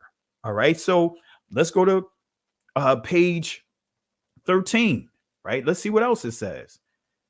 It says here, in the first place, then about 2 centuries after the termination of Babylonian captivity, and while a considerable number of persons still continue to speak pure Hebrew, saying that after Israel came out of the Babylonian captivity, there were some that were still speaking the pure language, it says as their vernacular dialect, as their normal day-to-day language.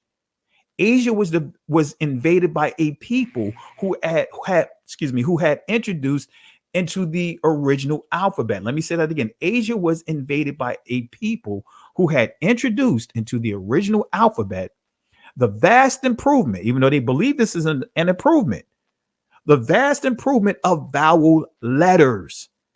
The vast improvement of what? Vowel letters. But we just read here that vowel letters, right? Nor was vowel points part of the original text, the original writings of the ancient Israelites. And the Jews, and we know who we're referring to, the Israelites, right?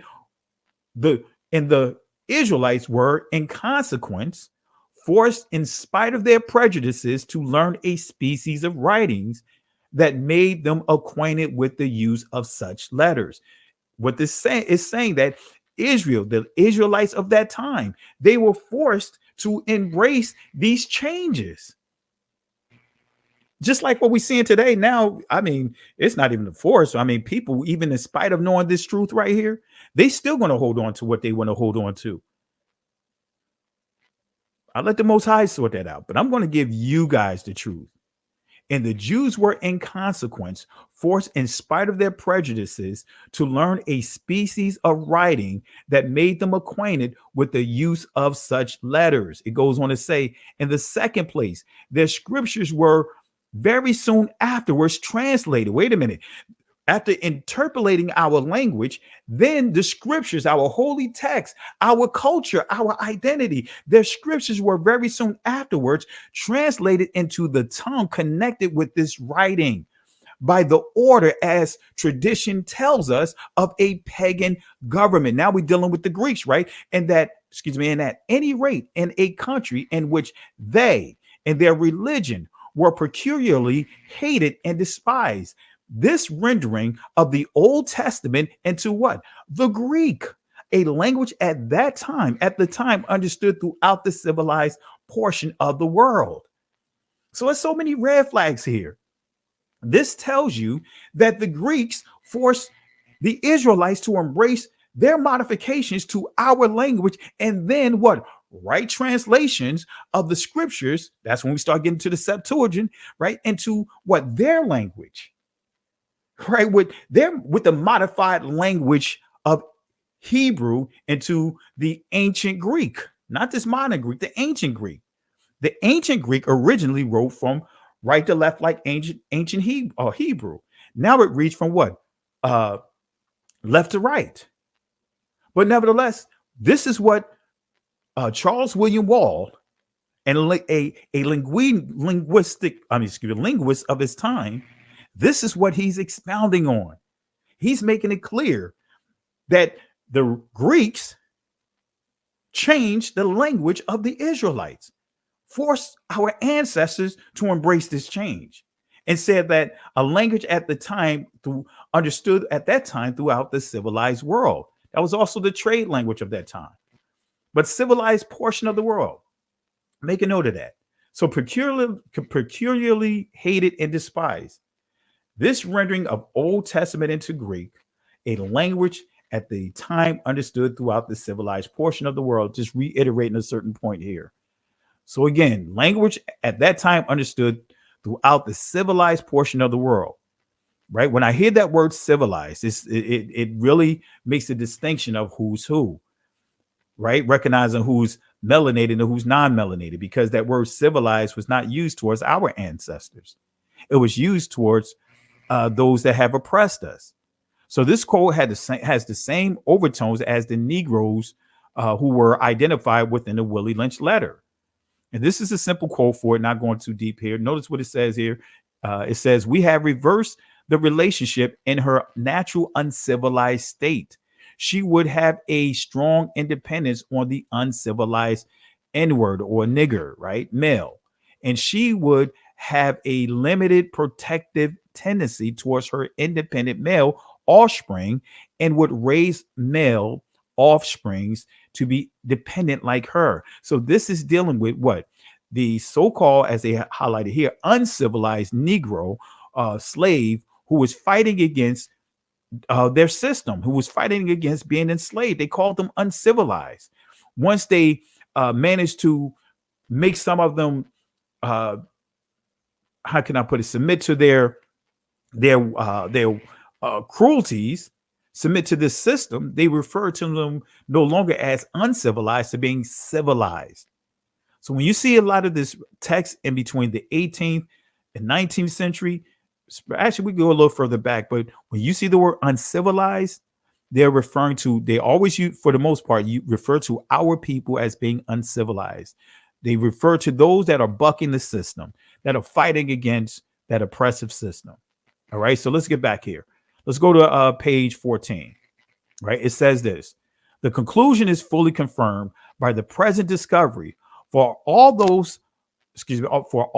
some of the other Asiatic nations making use of syllabary may have been induced by observation of Grecian practice, voluntarily to change them into alphabets of a superior order." So this is saying that the ancient Hebrew, prior to the Greeks, when the Greeks didn't even have a written language at the time, but they're saying that ancient Hebrew, they're saying that it was primitive.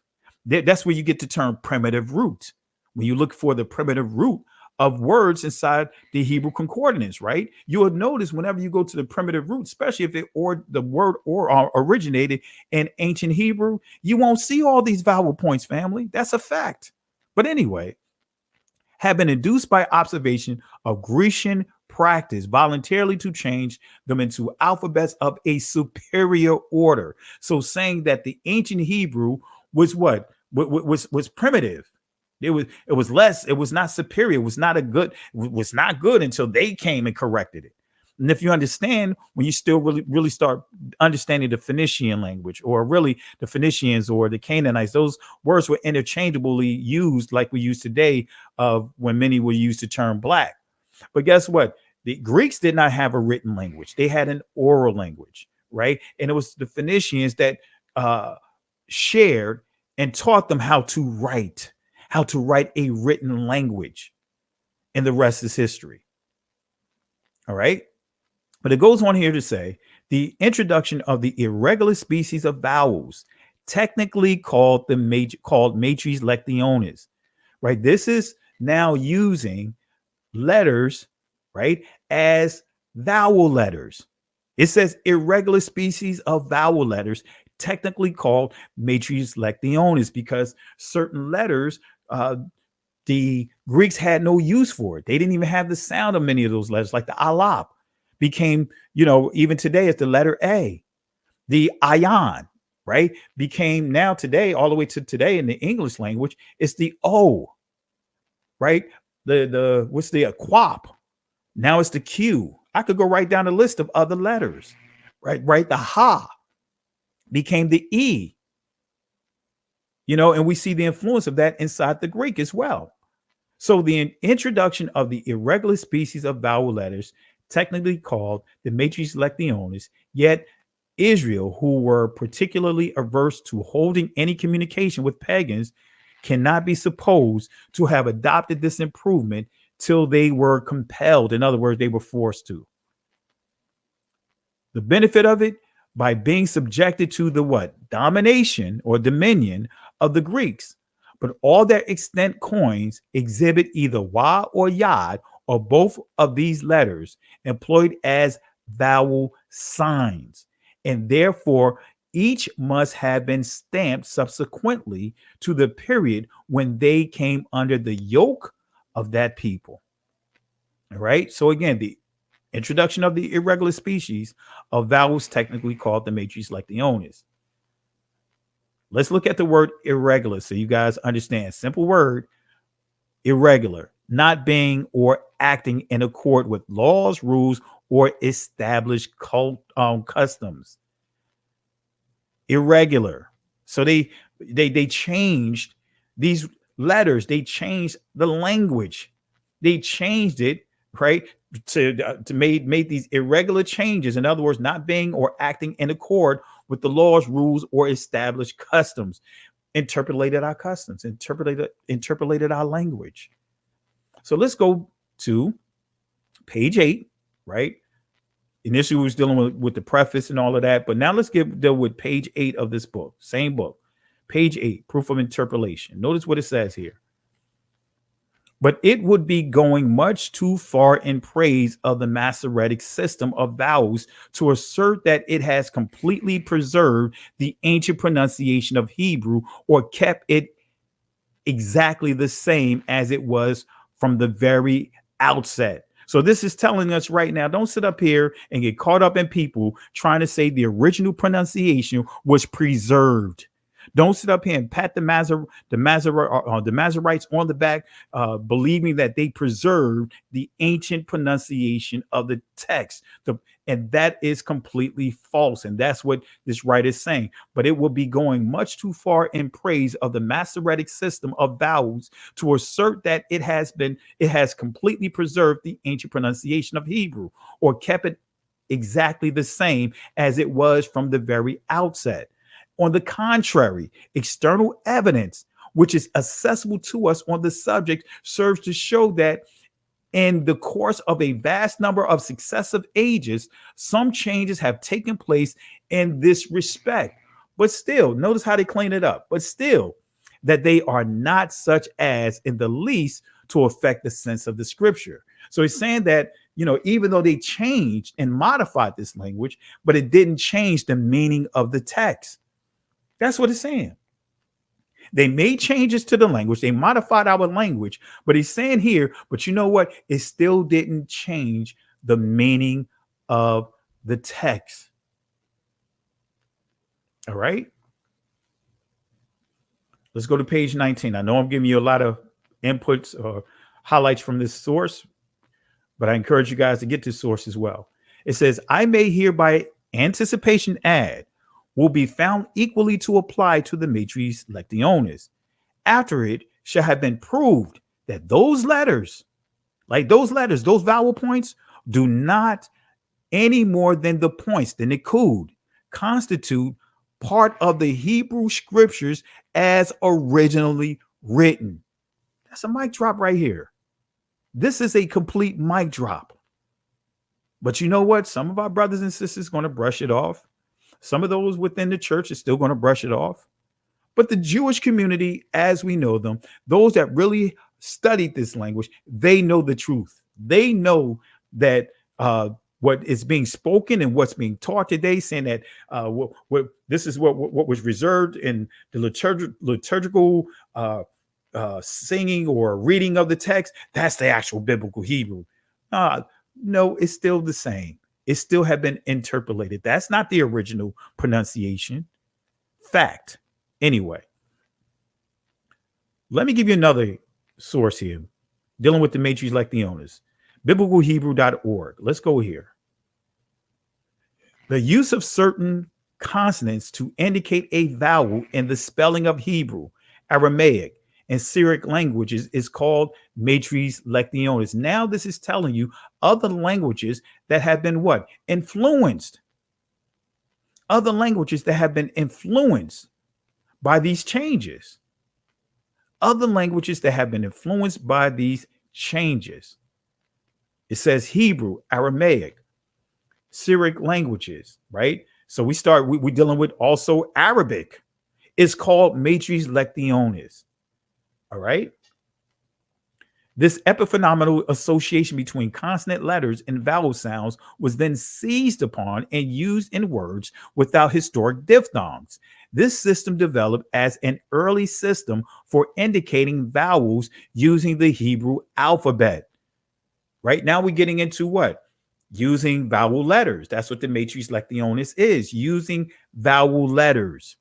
So it says this epiphenomenal association between consonant letters and vowel sounds was then seized upon and used in words without historic diphthongs.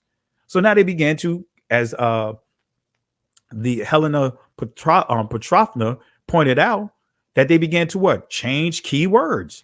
As the previous source I shared with you, they began to what? Change key words. So there's key words in the Hebrew vernacular, in the Hebrew language, that did not have these diphthongs in it.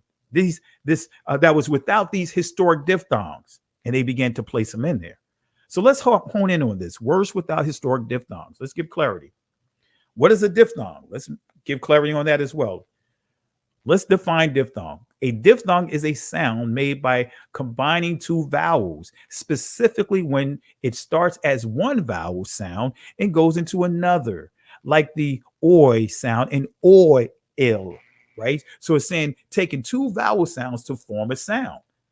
Diphthongo comes from the Greek word diphthongos.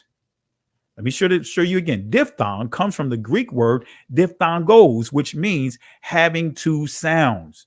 Because guess what? When you look at that word Iesus, right? And I'll do this again in part 2 of this lesson. I'll show you how they had to combine two vowel sounds to try to make a singular sound, to make it sound similar, but still wasn't the same. Because in ancient Hebrew, there's no E sound. Right? Anyway, because they tried to what? Make the sound of what? Yah or Yad, right? So a diphthongo is a sound made by combining two vowels, specifically when it starts as one vowel sound and goes into another, like the oi sound in oil. Diphthongo comes from the Greek word diphthongos. Now we're seeing the influence again, interpolation. Remember, we just covered how the Greeks really superimposed their influence on the Hebrew language, which means having two sounds. So let me highlight a couple of Germanic diphthongos because we'll see the further influence, additional influence on our language. We're still ultimately the Greeks, the Germans, they ultimately are part of the same Proto-Indo-European tree of languages. So pronouncing diphthongs, right? This is a simple link, dummies as far as language for dummies, right? This is dealing with German, right? So notice what it says here. And this, you'll see it in the back here. All right. It says this, right? Diphthongos or diphthongs are combinations of two vowels in one syllable, as in the English lie. This table lists the German diphthongs and shows you how to pronounce them, right? And you see some of the examples here. Not going to go through all of them, but you just see like how it's written here, and you see the I, and it gives you a pronunciation of here. When we see the AU, right, which makes the ow, right, as we see here, loud, right, the ow sound. We also see what, as we see the E sound, right? These are some of the influences of the Germanic language. So when you see that two dots right there, and we'll touch on that shortly, that is called an umlaut, and we'll touch on that as well. But you'll see the influence of the Germanic language, or the Germans as well, influence on the Hebraic text, the Hebraic ancient language. So going back to that quote, words without historic diphthongs, as you see here, here's one of the words, key words, chief words that did not have a historic diphthong. Look at this, family. But no matter how much I share this truth, guess what? It gets disregarded. It gets disregarded. But guess what? No one can undo anything that I'm teaching and say that I'm wrong. So if you choose to say Yahweh, or not how Yahweh, Yahuwah, and what other names you're using, Yahweh and all, that's up to you. I'm not knocking you, but don't knock me and others that are saying the proper pronunciation, the ancient Hebrew, Yahweh. But notice what it says here. This is a word, a chief word, a key word that did not have these diphthongs. When you see this right here, this is of the influence of the Germans, as well as what? Ultimately, the Greeks. Diphthongos. This is the influence of Japheth. Because when you hear the term Proto-Germanic or Proto-Indo-European language, PI, that's where you get the acronyms for PI, you might as well say that's the language of Japheth.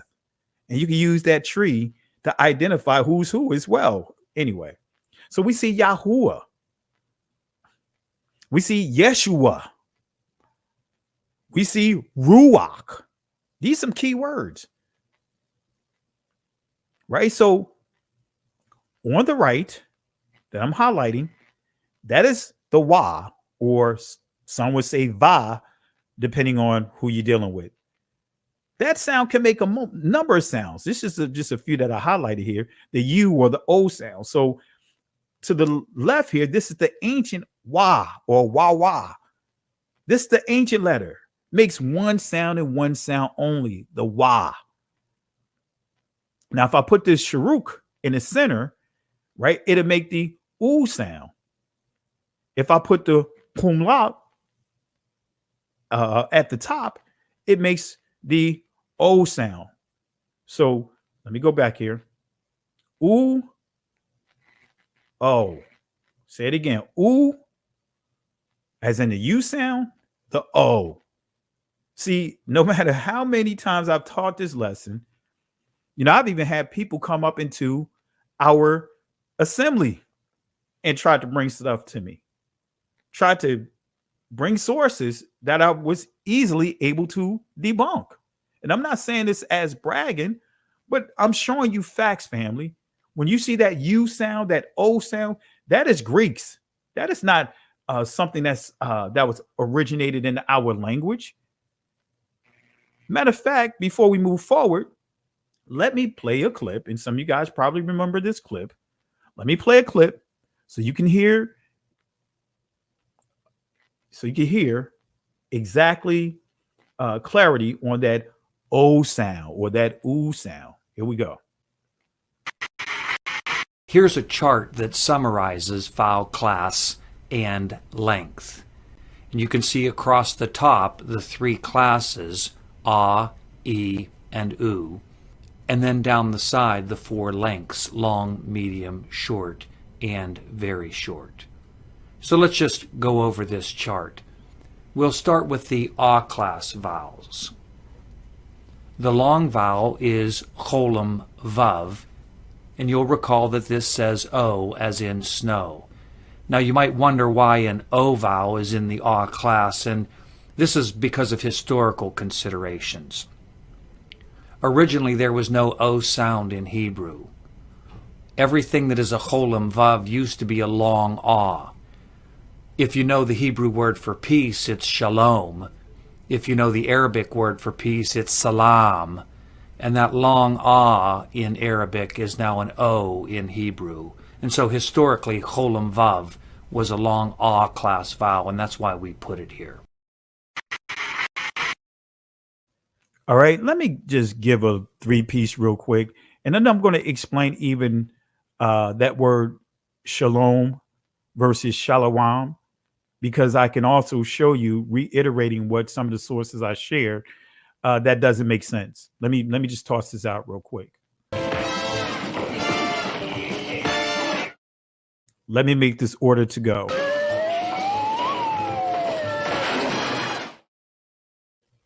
All right, so what he said originally, right, that colon, right, that colon va actually made an ah sound. So pay attention to that. What he said originally there was no o sounds. There was no o sounds. There was no oo sounds in ancient Hebrew. So he said, when you see that o sound, it was actually an ah sound. So instead of saying shalom, you'll be saying shalom or salam. When we start dealing with the Arabic, it's telling you when you see that wa, you stretch out the ah sound. But remember what I shared with you guys earlier. There was no letters that indicated any vowels. There was no vowel letters. There was no vowel points. So in the ancient Hebrew, they would actually pronounce this word, this letter rather. There was no silent letters in ancient Hebrew. So instead of, when you see this word shalom, you'll see the sha, you see the la, you'll see the wa in this word. That wa is not telling you to stretch out the ah, it's telling you to pronounce it, right? And then you see the mam, mayam at the end, which many will pronounce it mem. So the actual pronunciation was shalawam, which you get the name, King Solomon's name from it, which is shalama. So even in this professor, he made it clear, though, there was no o sounds, there was no oo sounds, there was no e sounds in ancient Hebrew. But just starting off with the o sound, there was no o sounds. Guess what? You just completely eliminated the pronunciation of what? Elohim. That's telling you that Elohim is not a correct pronunciation. Remember, the very first letter is silent, and now you're pronouncing the mark. You never pronouncing the actual letter. And then we see the O sound. So that completely takes a number of words off the table. A number of words that many are pronouncing now off the table. All right. So, key to understanding the vowel system matrilectionis. Now, some of these sources may not even be up anymore, family, because I'm telling you, you'd be surprised what's the agenda of taking down a lot of sites, right? Some of these sources may not even be up now. You know, I went to a source about the library of President Truman. And I went highlighting what he said about the Jewish community as we know it. And man, it gives you the runaround to get to his actually not journal, but his diary. Gives you the runaround. I'm glad that I take screen prints like you see here. So the matrilectionis, pay attention to this, family. With the time, a whole system of rules was developed in Hebrew, which vowels should be marked with letters, either the vocalization, as you see Nakud, right? The Nakud, or without it. Notice what this says here. In Yiddish, in what? Yiddish, the letter ayin is used to indicate the presence of what? The E sound. Come on, family. Come on, family. We're going to deal with Yiddish. We're not going to deal with it today because that's a whole nother discussion. That's a lengthy teaching in itself. But notice what this says. It's showing you the influence, the different influences. I just showed you so many different influences on our language. So let's give this a 3-piece. Let's give it a couple of sides.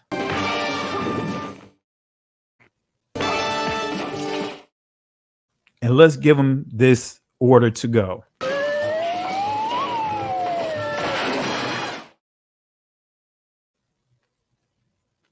For now on, family, we're not allowing them to eat at our table, right? Anyone that's coming and trying to challenge us, guess what? We're going to go ahead and just give them their order to go.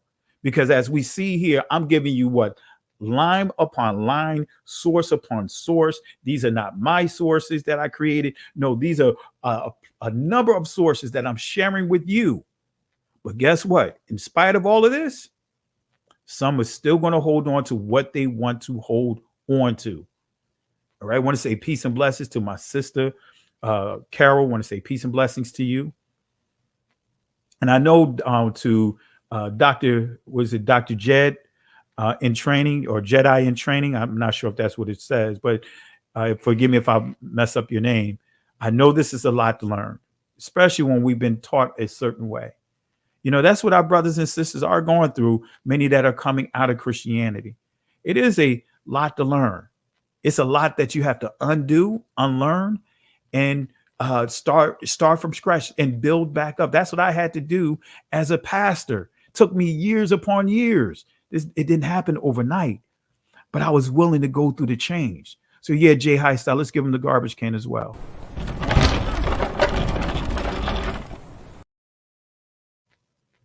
All right, so let's continue. I know we got a lot more we got to cover. I know this is a lengthy teaching, but you guys go back over it. This is just part one. That's why I say this is a very lengthy teaching. But I'm just dealing with part one right now. We got a little ways to go, and we'll wrap it up. So it goes on to say, however, one must not forget the letters. Notice the letters you see here. The va, I'm just pronouncing it in the Israeli language. The va, the he, the aleph, the yod. Notice these key letters that we already highlighted. It says, use as matrix lectionis, do not have one specific pronunciation, indeed, but they rather indicate one of. And this is giving you multiple different pronunciations of each letter. See, ancient Hebrew was unambiguous. There's no confusion in ancient Hebrew. Each letter said what it meant, and it meant what it said. Now it's the Greeks, it's these other countries, it's this crafty council that have interpolated an ancient language and now brought in all kinds of confusion. Notice what it says here, right? Notice what it says here, the aleph, right? In Israeli language can make these sounds right here. And even the I or E, the ha can be A or A-E. And sometimes, doesn't that sound familiar? A-E-I-O-U, sometimes Y. Doesn't that sound familiar?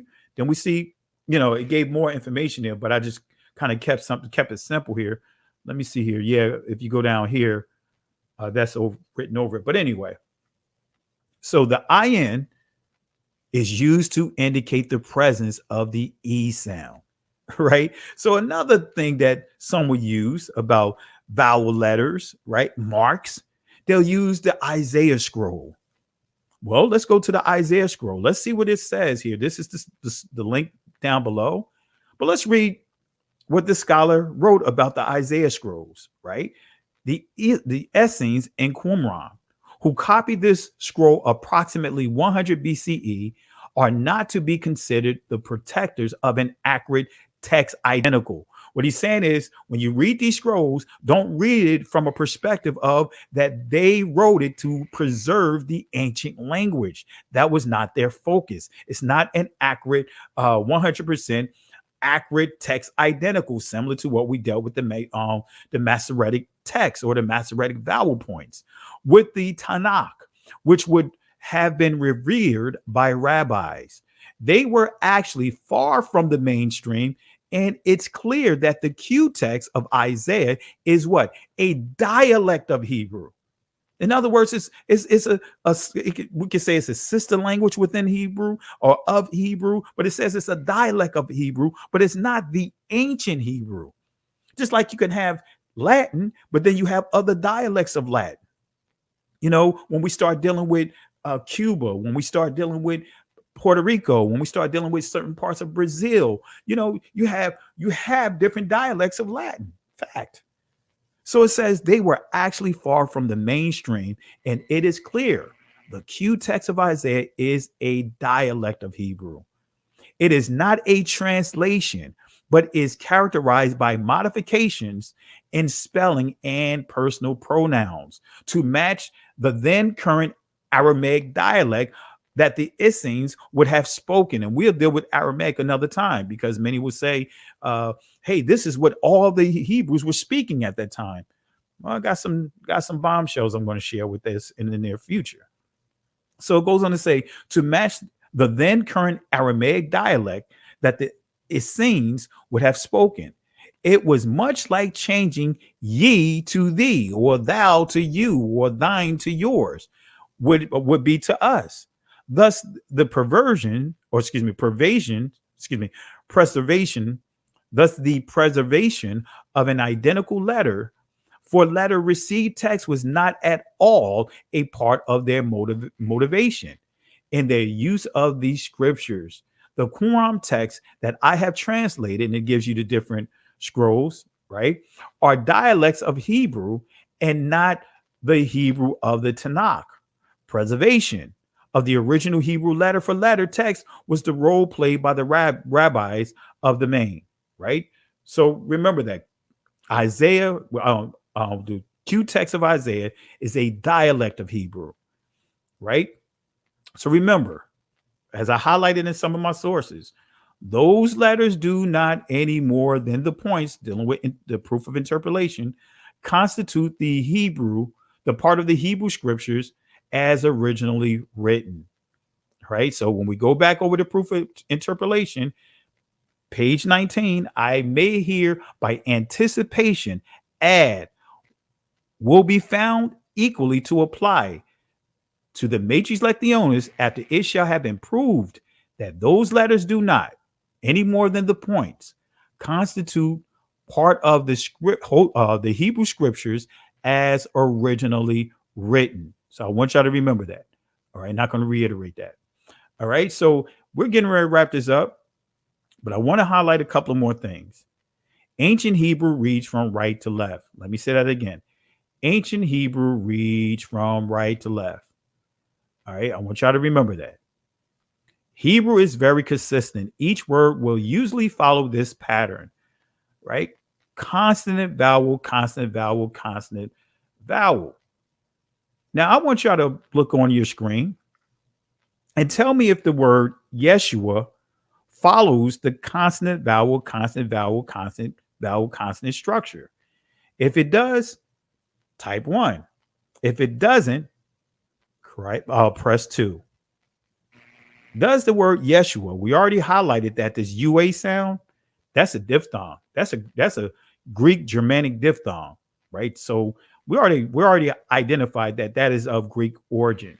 But anyway, does this follow the consonant, vowel, consonant, vowel, consonant, vowel structure? Right? As you guys see, unanimously, you guys agree that this does not follow this structure. So why are we using it? Why are we not saying the actual ancient pronunciation? Right? Yahweh Shai, right? But anyway, Yeshua does not fall in line, because as we see here, these two are diphthongs, right? But it doesn't follow that structure. Let's put another one up here. Does Yahweh follow the consonant, vowel, consonant structure? If you agree that it does, type 1. If you agree that it doesn't, type 2.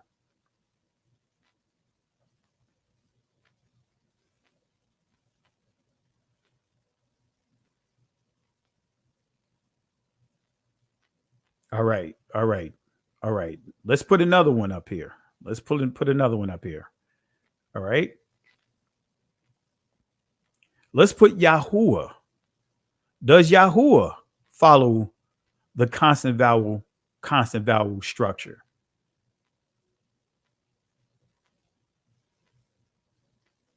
Just type 2 if you believe that it doesn't. Type 1 if you believe it does. Visuals are everything, family. Visuals are everything. All right. Remember, keywords, chief words, diphthongs were placed on and placed in. Let's do another word. Ruach. Does this follow the consonant vowel structure?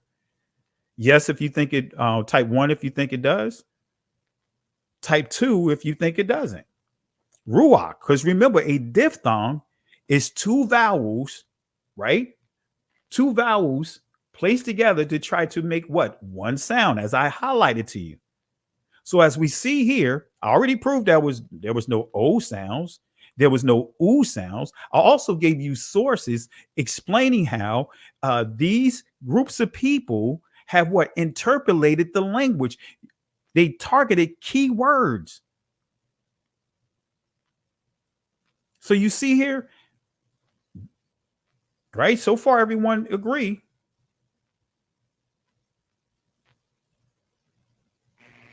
Right? You see, we all in agreement. So that's why I'm walking you through. That's why I want to explain diphthongs before I got to this part.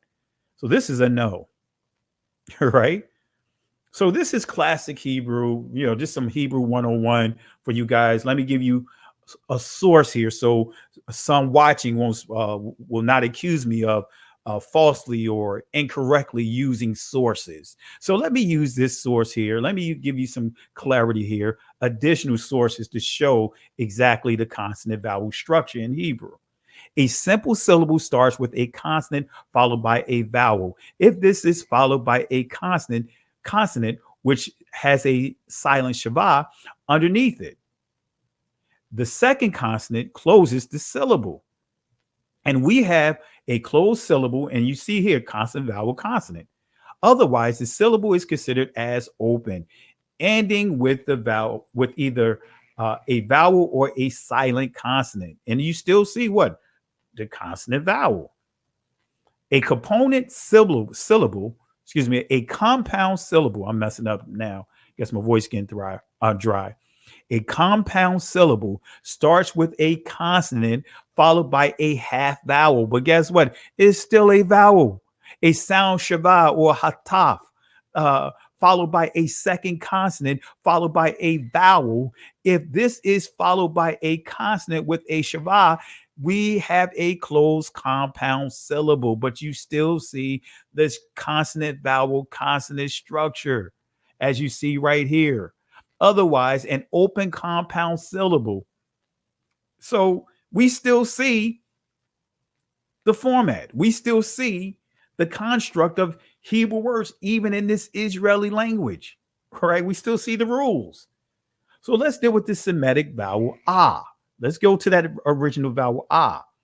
As I pointed out, in ancient Quadam Hebrew, Ibar Yah or Ibarah vocalizes each consonant with an ah. Ancient Hebrew alphabets, right? Alat Bayath consist of 22 consonants. Ah, ba, ga, da, ha, wa, za, ka, ta, ya, ka, la, ma, na, sa, aya, pa, tza, qua, ra, sha, right? Now, doesn't it sound like baby talk? It sounds like baby talk. I have proof in our assembly when we was doing the ancient versus the modern Hebrew, because initially I started teaching the modern Hebrew or the Israeli language to our assembly, after I've been taking Hebrew for a couple of years. I was like, let me teach it to our assembly. And guess what? We was quoting the letters Aleph, Bet, Gimel, Daleth, Hey, Wah, Zion, Chet, Tet, Yod, going through all of that. And the babies, we had some newborn babies that they weren't newborn, but they was probably like 7-8 months, maybe a little older than that. I know they had to be, they were walking at that point. And so when we were quoting the Israeli letters, they were non-responsive. But as soon as we started pronouncing this, all of a sudden the babies walked in the middle of the aisle and started talking, saying ah, ba, ga, da, ha, wa. They started pronouncing these letters. We have members in our assembly that can confirm this, witnesses, to show that even from the language and tongues of the babies. Right? Some of these sounds are not, that we're being taught now. Those are not natural sounds even from an infant. Ancient Hebrew is unambiguous. It's very simple and straight to the point to learn. Right? And continuing on, we have the tha. All right. So sa, ayah, pa, taza, kwa, ra, sha, and lastly, tha. So again, key understanding to learning Hebrew. Let me give you another source. Right? Vowels could be reconstructed in Indo-European languages based languages even easier. Let me read it again. Vowels could be reconstructed in Indo-European based languages even easier than in Hebrew because of excessiveness of those languages. Yet written languages beyond the Egyptian and West Semitic differentiate vowels even in shorthand writing. But notice what it says here. To omit the vowels is odd unless vocalization was unessential or unambiguous. Proto-Hebrew was unambiguous. The language had a single vowel, ah, which later evolved into other vowels according to synodical accent. Differentiation of vowels run exactly along morphological differentiation. Right, so it's telling us that Hebrew was the ah sound was the original vowel sound. And truth be told, I don't have the source in here because it'll make this presentation a lot longer. Right, I have some sources to show you that when you see A-E-I-O-U, that is how the ah evolved over time. Each vowel represents a newer pronunciation of or mutation or diminution of the ah. So Sanskrit vocalizes each consonant with ah without specifically marking that sound. Hebrew likewise need not mark vowels. The only existing vowel ah was presumed for every consonant when writing the kaf. The Hebrew actually meant ka, right? Consonant vowel structure provided for clear pronunciation of consonants without blurring, as in consonant vowels. So this is telling us just what I laid out about the importance of the consonant vowel structure. Makes it clear for pronunciation of the vowels, because if you know that every word follows the consonant vowel consonant structure, then all you have to do is fill in each consonant, every letter, with what? An ah sound, and there you have it. So it says initially in this given example, each syllable was pronounced distinctly with its own accent. So today you hear me say dabar, but if we really say it from the ancient Hebrew, it would be dabara, right? So each letter was pronounced with its own syllable. Every letter was treated as if it was its own syllable, its own accent. So the original pronunciation of dabar is actually dabara, right? Then we see here dabara. Just giving you an example, dabara, but showing you how to pronounce it with the dots in between. Da-bara. As people became, right, more fluent in speech, they pronounced each word as a whole, and accent naturally shifted to penultimate positions, right? Dabara, right? You see that the emphasis was being placed on the middle letter, the ba. Unaccented final vowel shortened to the indistinct shuruk, right? Sharuk, excuse me. This is where we get dabaru, right? That U sound, as we pointed out earlier, right? That dot in the middle makes the U sound or the U sound, and was eventually lost, right? And it became dabar, right? So it went from dabara to dabaru to dabar. So born this letter, this ah sound, this vowel. American Journal of Philology, the Semitic vowel ah, page 46 and 47. Actually, I think it's 47 and 48. Yeah. Right. But I think it took some from 46 anyway. But the Semitic vowel ah, we may have a very valuable testimony. Semitic pronunciation may not only excuse me, let me read it again. We may have a very valuable testimony, Semitic pronunciation, which may not have only furnished materials, history of the Babylonian Assyrian vocalism, but also on that of the sister dialects, especially the Central or Canaanitish group. It is valued. Let me go back. Its value is diminished. So we're talking about the I, saying the I is diminished. Indeed, the fact that in a foreign character not invented by Semites or to express sounds, saying it's the sound of the I has been changed. And now you're seeing foreign characters dealing with interpolations not invented by our ancestors to express sounds. That's what I've been saying. That's all the sources I highlighted says the same thing that I've been saying. They all saying the same thing, that the Matrix Lectionis and the Nakud, these are sounds, these are marks that was not created by the original people. These were created by all those that are not descendants of Israel. Yet this disadvantage concerns the consonants mainly, and if the writing is correctly read, it ought to give us in general a true picture of the early Babylonian pronunciation of the vowels. In the case of other dialects, our direct information does not back further than about the beginning of our era, and the results of comparison of sounds must always have the uncertainty that attaches to the material. But notice what it says. In the cases of the other dialects, our direct information does not exist back further than about the beginning of our era. Guess what they're referring to? The 9th century, as I highlighted from what? The Glossary of Theosophy, by Helena Petrovna.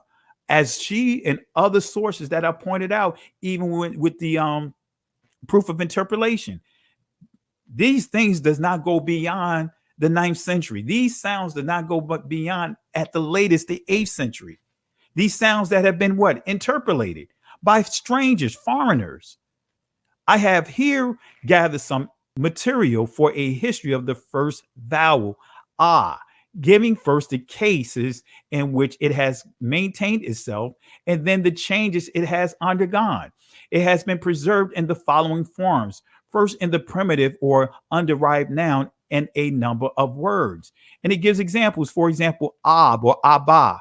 You see father, right? And ak, brother, but you're still hearing what? The ah sound. Then it says yad and kaf, hand, and which except the last. Hebrew, in accordance law of tone broadening, has retained the original vowel status constructus, and in the plural of ak, right? So let's go to page 449. It says here, from the article we infer a primitive stem ha, right, which may be compared to the Arabic hey, has a probable lengthening. So may, right, that sound may comes from what? Ma, and possibly day or da. In other words, day comes from the sound da, whence Arabic da. Most of the simple particles have as in ba. Now, this is going to sound similar to what I just read with the ancient sounds. Have as ba, ka, la, wa, fa, sa, am, an, al, la, chad, So when you see au with it reversed, right? Is still making what? The sound. Still making the sound, sound, not this diphthong with the oo sound or the ooh sound. It's making what? An sound. And you see lau again. La is still making what? La. Kai, as in kai, right? Kai equals what? Kai. So you're still making the and you adding the y to the end, right? The yod, right? But nevertheless, in others, while the has thus maintained itself in so large a number of cases, it has also suffered frequent phonetic diminution. In other words, phonetic changes, and increased mainly by the influence of the accent. The influence of whose accent? Not our accent. The influence of the Greeks' accents, the influence of the Germans' accents, the influence of the Hungarian, Romania. We could go right down of the number of communities that have what? Influence over the language based upon their accents. And we'll deal with accents as we wrap up. First, let us take the forms in which it has undergone degradation. And it gives us an example, introduction into what? These are umlauts. The Eastern Babylonian Assyrian dialects seem to offer no example of this change. So it's saying, hey, you know what? Just because you're trying to say, hey, you have a Hebrew community, you have different groups here.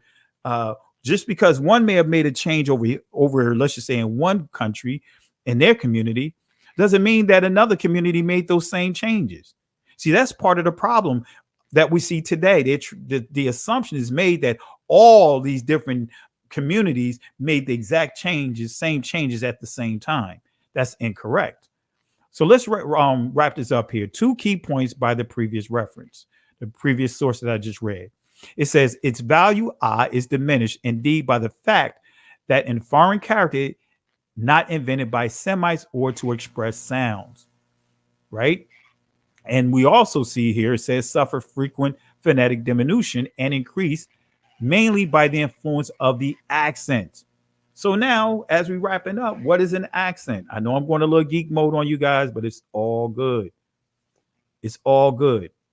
And I see a question here. We'll deal with the Bantu as well, because many will try to say that the Bantus are speaking the original Hebrew language. But the word Bantu actually means people of many languages, right? So just because you have, let's just say the Bantu Lemba, doesn't mean that the language that they're speaking today is the original. You have a number of Bantus that are Bantu communities that are not Israelites, but because of that name, Bantu. And that's a whole nother discussion, and we'll deal with that another time. All right. So let's go further. All right. And also I see another comment here. If we don't know his name, how can we call him to set our minds, hearts, and spirits free from the Babylonian matrix? Actually, his name is Yahweh. That's his name, Yahweh. The Son, Yahweh Shai. The Holy Spirit, Rawak. Rawak HaKwadash, not Kodesh, right? In many cases, you'll see, instead of saying that when you see the Spirit of God or the Spirit of the Most High, you'll see, right, Rawak Alahayim, right? It's right there, and it's right there, and that's why I'm walking you through here, and we're going to talk about these things over the next couple of weeks, and I'm going to give you proper clarity on the proper pronunciations. So if there's no O sounds, if there's none of these foreign sounds inside the ancient text, and I'm giving you proof after proof, so we know that instead of Yahweh, it should be pronounced, his name should be pronounced Yahweh. Some say Yahuwah, right? That's the O sound. It still makes a similar sound, but it's a diphthong with the O and the A sound. That's still Greek influence. Yahweh is actually the Most High's name. So let's deal with the Merriam-Webster dictionary. Let's deal with accent as we wrap this up. I know I've been gone a lot longer than what I normally go, but let's deal with this word accent, right? This is from the Merriam-Webster dictionary. Entry number 1 says an effort in speech to stress one syllable over adjacent syllables. Also, the stress thus given a syllable. Entry number 2 says a distinctive manner of expression, such as, the sub-entry A says a way of speaking typically of a particular group of people, and especially of the natives or residents of a region. Now we're getting closer to really get an accurate understanding of what an accent is. Then when we go to entry number 4, starting with A, it says a mark such as, and you see, the apostrophe, you see the hyphen. It says a mark used in writing or printing to indicate a specific sound value, stress, or pitch to distinguish words otherwise identically spelled, or to indicate that an ordinarily mute vowel should be pronounced. And then entry B says an accented letter. So let's deal with the etymology, and we're going to tie this all in. The etymology dictionary. It says of accent, particular mode of pronunciation. So accent, a particular mode of what? Pronunciation. But this is where it goes on to say, meaning effort and utterance, making one syllable stronger than another in pitch or stress. But here's the kicker when we get to this portion, right? As mark or character used in writing to indicate what? Accent. So when we see the mark, what is the mark? That is the nakud. The nakud is a mark, or naquad is a mark. That's not a natural mark. That when we deal with Jacob, when he had sheep that was what? Spot and speckled. In other words, some that had what? The natural marks, and others he had to put what? A manufactured mark, a nakud or naquad, branding, or character used in writing to indicate accent. So we have a mark or a letter being used as an vowel. And this is basically telling you the mark, nakud, character, matrix lectionis. You have it right here in the definition here. All right, so let's continue. Let's revisit the last source that I highlighted, right? Page 449. Let's deal with what you see here, the umlauts, as we wrap up, right? Introduction of, and you see those two, that dot and the sound up that, above these letters, that is what is called the umlaut. So what is an umlaut? And notice what you see here. It says here in a nutshell, the German word for those curious double dots over the vowels is a umlaut. Umlaut slightly alter the sound of the vowels A, O, and U. So we see more altering of this letter. And we see some examples here of what an umlaut makes, the sounds that it makes. All right. And we still seeing what the Germanic influence. So the umlaut looks like the nakud vowel sign, Saray, right? The Saray. Let me show you this, right? That's, my observations from the studying that I've done. So if we put up here, this is the Saray and this is the Saray Yod, makes an A sound. So you see those two dots, right? This umlaut has two dots, but under the Hebrew letters, now they're putting what? A dot underneath, and we see what? A vowel letter as well with these two dots, still making the same sound. This is a clear indicator that is of what? A Germanic origin. Come on, family. It's right in our face. But yet we're going to some are still going to hold on to what they want to hold on to. Some are still going to even take this and laugh at it and mock the teachings that I'm doing here, which is all good. I'm not going to lose sleep over it. But I want you guys to understand, when you see that Saray in Hebrew, or the modern Hebrew, or the Israeli language, however you want to call it, that is of Germanic origin. And as you see here, you see what? The umlaut, which makes an A sound. Is the similarity of the marks and sounds a coincidence? No. No. And as we wrap this up, why do I refer to the so-called modern Hebrew, or the so-called what they're trying to teach today, biblical Hebrew, as Israeli? Why do I refer to that? Well, now I'm going to answer the question as we wrap up. Let's start with the etymology of the word Israeli. Citizen of the state of Israel, right? 1948. From Israel plus Hebrew national designation suffix I, also used in English as the adjective. It distinguishes the citizens of the modern state from the ancient people. So what this is saying is Israeli, and no matter what others may try to tell you, guess what? When you say Israeli, that is referring to someone that was born in the state. You could be born in a citizen of Israel, which will make you what? An Israeli, but doesn't mean that you are what? Connected to the ancient people. That's what this is saying. You are not blood descendants of the ancient people, but you are living in the state, right? Just because we are born in the United States of America and it's called Americans, we're not Aboriginal, right? You already have the Aboriginals here. We know what we Aboriginal to. All right. So that's what this is saying, family. It's straight in our face. Israeli is referring to someone that was born in Israel, but they're not a blood descendant of the ancient Israelites. That's why I want to make it clear. Modern state from the what? Ancient people. But let's not stop here. You guys know this source. I use it all the time. The Jewish Almanac, page 3. Strictly speaking, it is incorrect to call an ancient Israelite a Jew, or call a contemporary Jew an Israelite or a Hebrew. This is coming from their own sources. All right, so let me give you one last source. Actually, one other thing I want to highlight with the Ethiopians, and we'll wrap it up. Let's go to this source, Language Revival and multiple causation, the Mosaic genesis of the Israeli language. Right? That's why I call it the Israeli language, right? I've been calling it Israeli language for years. But let's see what they say here. And this source, right? Again, Oxford University Press. More than 1700 years thereafter, Hebrew was what?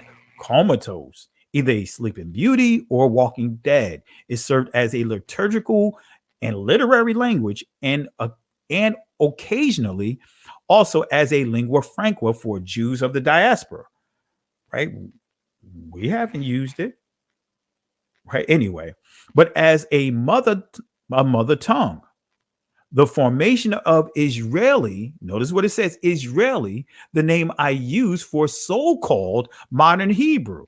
Now, if we were saying this, we'll get all kinds of stuff, videos made about us. But now we have this, a few sources. I have other sources, but I have plenty of sources of these educators, right? These professors, these linguists, they are saying that you should not be referring to, and they said they will not call it, refer to this tongue as modern Hebrew. They're going to call it the Israeli, the formation of Israeli, the name I use for the so-called modern Hebrew, was facilitated at the end of the 19th century by Eliezer ben Yehuda. So now we're dealing with the so-called Hebrew, supposedly that was resurrected by the 19th century, end of the 19th century, around 1855, by Eliezer ben Yehuda, who was referred to as the father of Hebrew, who made Hebrew into a oral language again, a main dialect among the people. He's speaking against this. These professors speaking against this. These linguists are speaking against this. The formation of Israeli was facilitated at the end of the 19th century by Eliezer ben Yehuda. He's calling it an Israeli language. School teachers, right? School teachers and others to further the Zionist cause. Let me say it again. School teachers and others to further whose cause? The Zionist cause. Early during the Haskalah, in other words, the Enlightened period of 1770s and 1880s, writers such as Mendele Makar Safarim, right, produced works and neologism, which eventually contributed to Israeli. However, it was not until the beginning of the 20th century, that the language was first spoken as a result of distinctive characteristics such as the lack of a continuous chain of native speakers from Hebrew to Israeli. Israeli presents the linguist with a unique laboratory, a place to experiment in which to test a wider set of theoretical problems concerning language genesis and evolution. Indeed, the genetic classification of Israeli has occupied linguists. Let me say that again. Indeed, the genetic, we get into the word gene, right? Genetic, gene, the birth, begat, right? Gene, Proto-Indo-European word, means beget, birth. So the genetic classification of Israeli has preoccupied linguists from the beginning of the 20th century. The still prevalent traditional view suggests that the Israeli is Semitic. He says suggest. He's not saying that it is. They're trying to suggest that this Israeli language is a Semitic language. In other words, Hebrew revived. Educators, notice what they say here. Educators, scholars, politicians have contributed to this assumption in their efforts to impose a nationalist narrative on linguistic reality. Revisionists counter that it is actually Indo-European. In other words, Yiddish relexified. That is Yiddish with Hebrew vocabulary. Wait a minute. See, some of you guys have been told that you're going crazy. Some of you guys, when you say this, they're telling you that you're hating, you're teaching hatred. Wait a minute. These scholars are not teaching hatred. These scholars making it clear. These scholars are making it clear. But why is our brothers and sisters still rejecting this truth? We're still rejecting this truth. Just like many of our brothers and sisters are still holding on to Christianity and Catholicism. Even though many of them have come out of this suppressive system, many are still holding on to this system anyway. Even with how they're teaching the word. Let's wrap this up. We're almost done, family. Right? My own hypothesis is that Israeli is a hybrid language, both Semitic and Indo-European. I argue that both Hebrew and Yiddish act equally as its primary contributor, accompanied by a plethora of other contributors such as Polish, Russian, German, like I just shared with you the umlauts. I just shared with you the Sere, right? Those two dots sound similar to what? The Germanic language, the umlaut. Judeo-Spanish, aka what? Ladino. Uh-oh, wait a minute. Ladino? We talking about Ladino? Whole nother discussion. Arabic, English, and etc. A plethora of different belief systems, a plethora of different languages contributing to this so-called modern Hebrew, that they're disguising it as well, that they're using it to kind of talk about biblical Hebrew, or biblical Hebrew sounding just the same as this Yiddish that we're hearing, or sounding just the same as this Israeli language that we see that, what's his name, created. Still have the phonology there, as I pointed out earlier. So notice what it says here. The term Israeli is far more appropriate than Israeli Hebrew, let alone modern Hebrew. What they're saying, still going back to the source that I highlighted from the Jewish Almanac, saying that don't even use the word Jew interchangeably with Israel or Hebrew. Don't use this modern construct with the ancient people. Now, this is the same overtone. Israeli Hebrew, let alone modern Hebrew, saying don't even call it Hebrew, for Hebrew to count or to court. That's what it's saying. And this is just giving you some of the contributors, two primary contributors, Hebrew, Yiddish, and, giving you some additional information here. Goes on to say, the literary as spoken language myth. Yet closer scrutiny challenges this perception. The victorious Hebrew may, after all, be partly Yiddish at heart.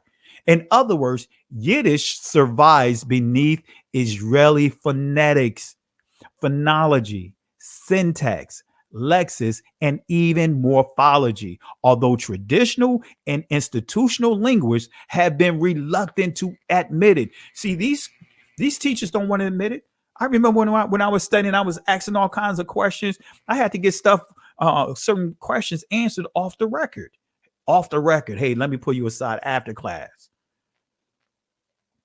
But notice here, Yiddish survives beneath Israeli phonetics, phonology, syntax, lexis, and even morphology, although traditional and institutional linguists have been reluctant to admit it. Why? Because this throws a monkey wrench in all what they've been teaching, all that they've been teaching inside these universities.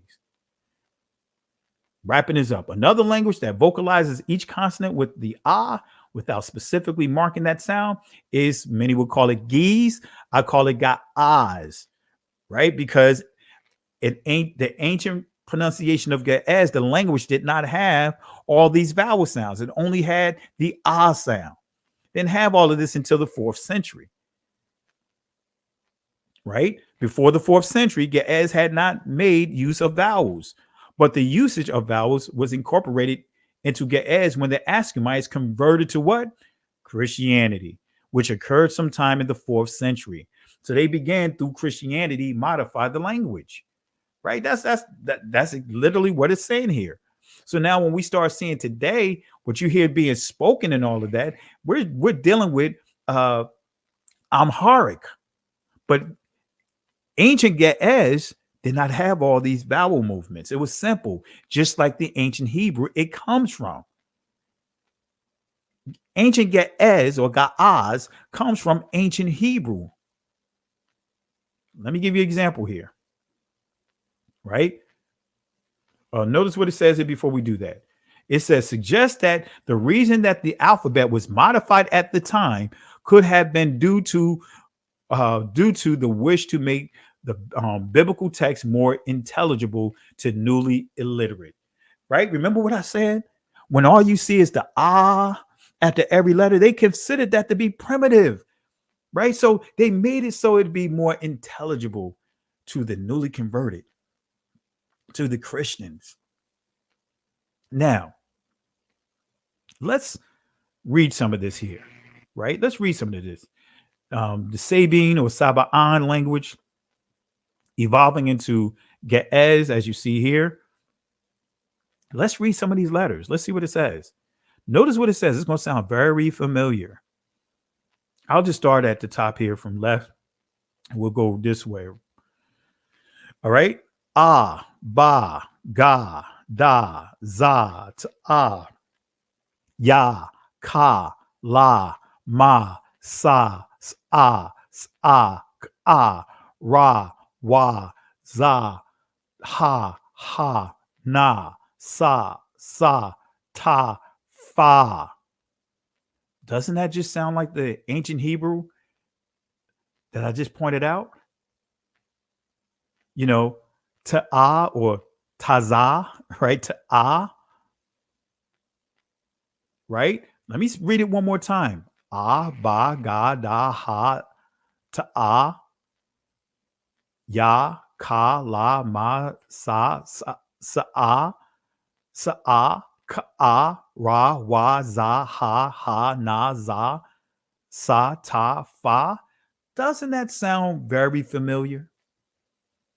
Doesn't that sound very familiar? Doesn't that sound very familiar? Wrapping this up. This is the last source I'm going to use. I got plenty more. Ancient Hebrew phonology, Cornell University, Gary A. Rensburg, page 79. Notice what he says here. The question remains as to how accurately the reading tradition of the biblical text in the Masoretic transcription thereof reflects ancient Hebrew. Notice what it says. The question remains as to how accurately the reading tradition. Now we're getting into the liturgical, right? Because many will say, hey, you know, biblical Hebrew is what was actually our ancestors when we get back to the days of Moses. That's what they were actually reading. No, they weren't. No, they weren't. Let me give you clarity here. The question remains as to how accurate the reading traditions of the biblical text, like the liturgical reading of the text and the Masoretic transcriptions thereof reflects ancient Hebrew. That is to say, the Masoretic text, which we already proved, that is the traditional text of the Bible, dates to, as we see the common era, right? 850, right? Didn't we just read a number of sources that put us in the ballpark of the 8 AD to 9 AD? And reflects the manner in which biblical Hebrew was pronounced at that time. But how traditional, an example, how ancient was the reading tradition of the readers for the centuries before 850? This is going to be another mic drop right here. But they asking the question, how traditional was it really? How ancient in 850 to 9 AD was the reading traditions of the readers for these centuries before the century 850? They're asking the question, wait a minute, we're saying that 850, what was being read is accurate, supposed to be what our ancient people were reading, right? What they're reading inside the synagogues. Hey, you know what? The 850, the Masoretic, they preserved the pronunciation. Right here, Professor Gary Rensburg is questioning that. He says, in other words, does the Masoretic text reflect Hebrew as it was pronounced 500 years earlier? Now he's saying, does it reflect 500 years earlier, which is the 4th century? Then he says, does it reflect 1,000 years earlier, even 1,500 years earlier? Notice what this says. In some cases, We can answer this question, but no definitive conclusion can be reached. That's the mic drop right there. That is the mic drop right there for anyone that is teaching, saying that they're teaching 100% accuracy of how our ancient ancestors pronounced in the phonology of ancient Hebrew. This is the mic drop right here. It says, but no definitive conclusion can be reached. Nevertheless, we will base ourselves on the assumption. Now we're saying what? Assumptions. Nevertheless, we will base ourselves on the assumption that the readers of the first millennium CE were extremely conservative in their biblical reading traditions, and that the Masoretic texts more or less accurately reflect the pronunciation. And we just proved in the Shemitic that document I shared, we just proved in proof of interpolations. We proved with the Theosophily, excuse me if I'm butchering the name right now, if Helena Petrovna, if we proved that the Masoretes could not be trusted. We even played a video, a clip of Dr. Furtado or whatever, when he mentions that, guess what? The O sound, the kom la, right? The kom la, right? The kom la vav, right? Makes an O sound right now, but during the Masoretic time, it was an ah sound. So I've already laid out that whatever these or anyone is teaching, they are teaching incorrectly. They cannot tell you that it's 100% accurate. I don't care who they try to bring up. I got plenty of sources to prove this. This is not just one source. I got plenty of sources. So it says again, nevertheless, we will base ourselves on what? The assumption. So we're going to stop right here, family. We're going to stop right here. I know I went a little while. I know this was one of my longer presentations, right? I want to remind everyone, if you want to, give a Cash App donation. I don't even like to use donation. If you want to just invest or sow into this work, if you want to do that, if you make out a Cash App, I'm going to forward everything that you send to Dr. Trevor Udenis, right? To his family, to make sure that we as a community help lift their arms, keep their arms lifted. So put this inside the Cash App, your message, so that way I know that you want me to put whatever you send to me to just forward it over to their family. All right. So I'm going to drop a link. I see my buddy Jay Highstyle, if he's in. If you want to jump in real quick before I wrap up, feel free to do so, my brother. I know I went geek mode, Jay. I know I went geek mode. I'm going to put this in a comment section. And if I taught the whole lesson, we'll be here for about 7 hours. That's how lengthy the lesson is. So, Jay, I'm going to put that in there. Sister Carol, if you want to jump in, feel free to do so. But again, family, let's be a blessing to the family. Let's be a blessing to Ahmad, Udenis. Let's take care of them. Let's hold up their arms, excuse me, and be a blessing to them. All right. So I hope and pray that this helps you. I'll stay on a little bit longer, but in the meantime, appreciate you, Naya, love, appreciate your support. And family, if you have any questions, feel free to hit me up offline. We're going to do a full 10-week teaching on ancient Hebrew, but just for this lesson, the next couple of weeks, we're going to do part 2 to this lesson, and we'll do week 1 of this lesson. And then once we do that, we'll take the 9 other lessons over to my Patreon account, just so that way we can separate it from here and we don't have to worry about the distractions. Got my buddy Jay Highstyle here. How's it going? Hey, hey Pastor. Good evening. How you doing? How you doing, brother Jay? I know I went kind of geek mode. Yeah, I can hear you. Can you hear me? Yeah. I can hear you. I can hear you, Jay. Good. Yeah, you did, Pastor, but it was for a good reason, so we can learn. And boy, did you broke it down for sure. I thank you especially for that. Oh, I appreciate you, Dr. J. Anything particular stood out about the lesson? In particular, what I see is when they say, when the scripture tells us about how they confounded us from being a nation, I'm getting the impression now that more so than ever that even the language in which they transcribed scripture was done primarily to confound us. It's sort of like when our slave masters changed the names of our ancestors. Sort of along the same line, I would think.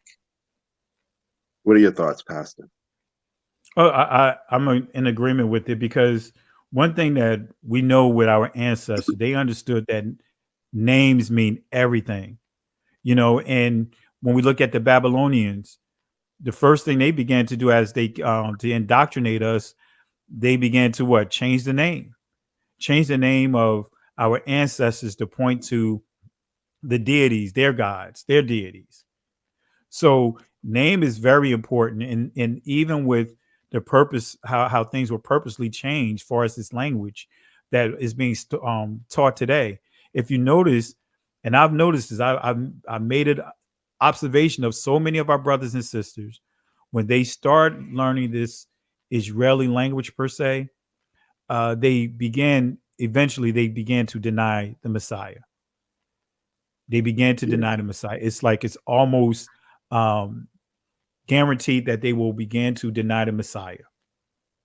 And I've seen it firsthand. So many brothers and sisters, when they began to learn this so-called modern Hebrew, they began to deny the Messiah.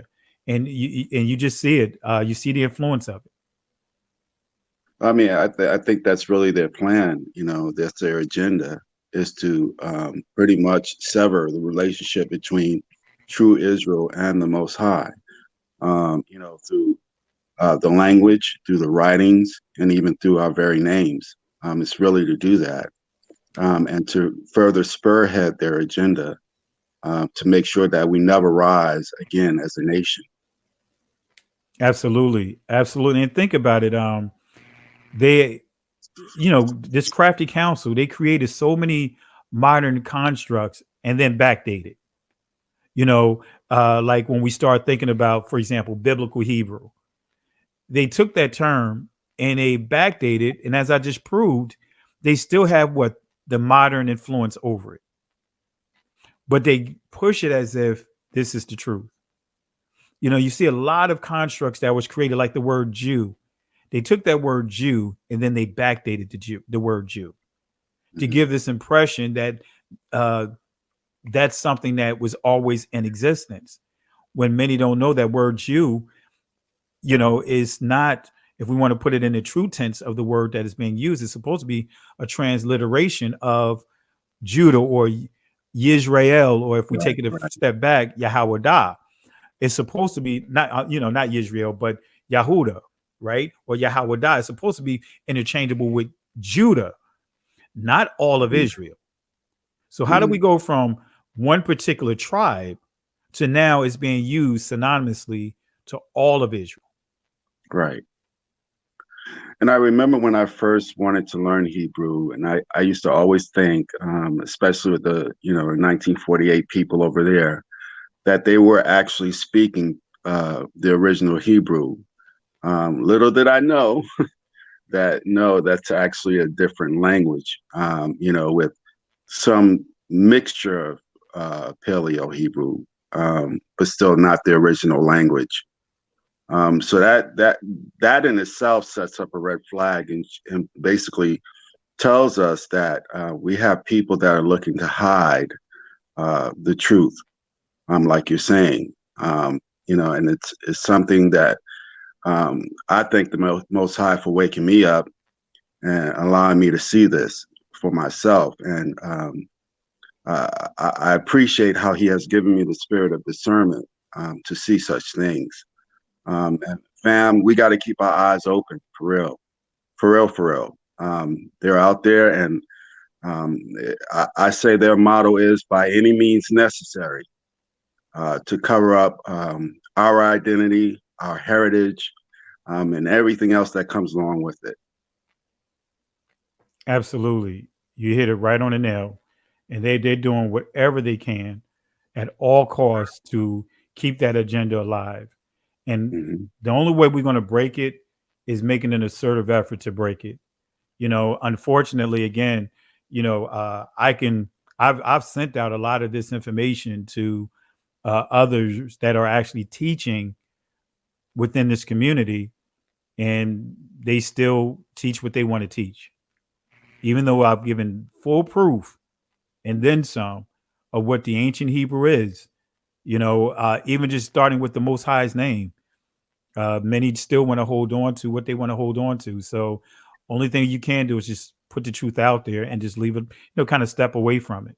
But you're absolutely correct, Brother Jay. Yeah, and you know, Pastor, that's what's baffling to me.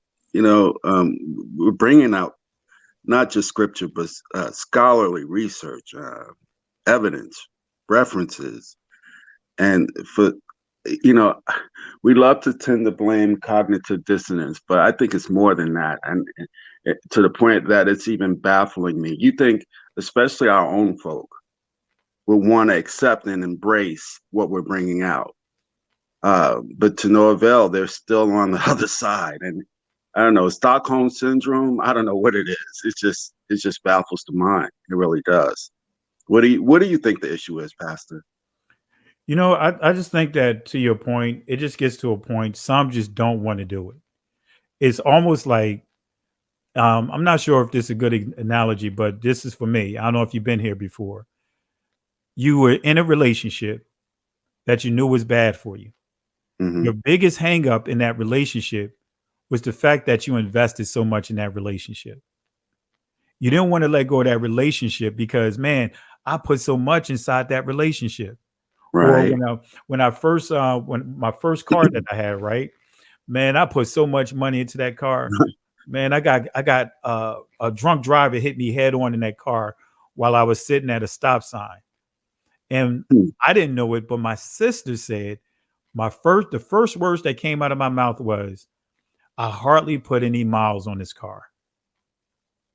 Right? So I wasn't even thinking about the accident. I was thinking about that I didn't even get the return on my investment. So I think that that's part of the stronghold, is that so many have invested time and effort into this delusion and don't want to feel like they, you know, like they were scammed or had pie on their face. So they would rather continue to wallow in the deception or the delusion versus just say, hey, you know what? Count your losses, count the losses, and just keep moving forward, because what you lose may think that you're holding on today, but what you lose today, guess what? It's tomorrow's gain. It's today's gain, actually. So that's my thoughts.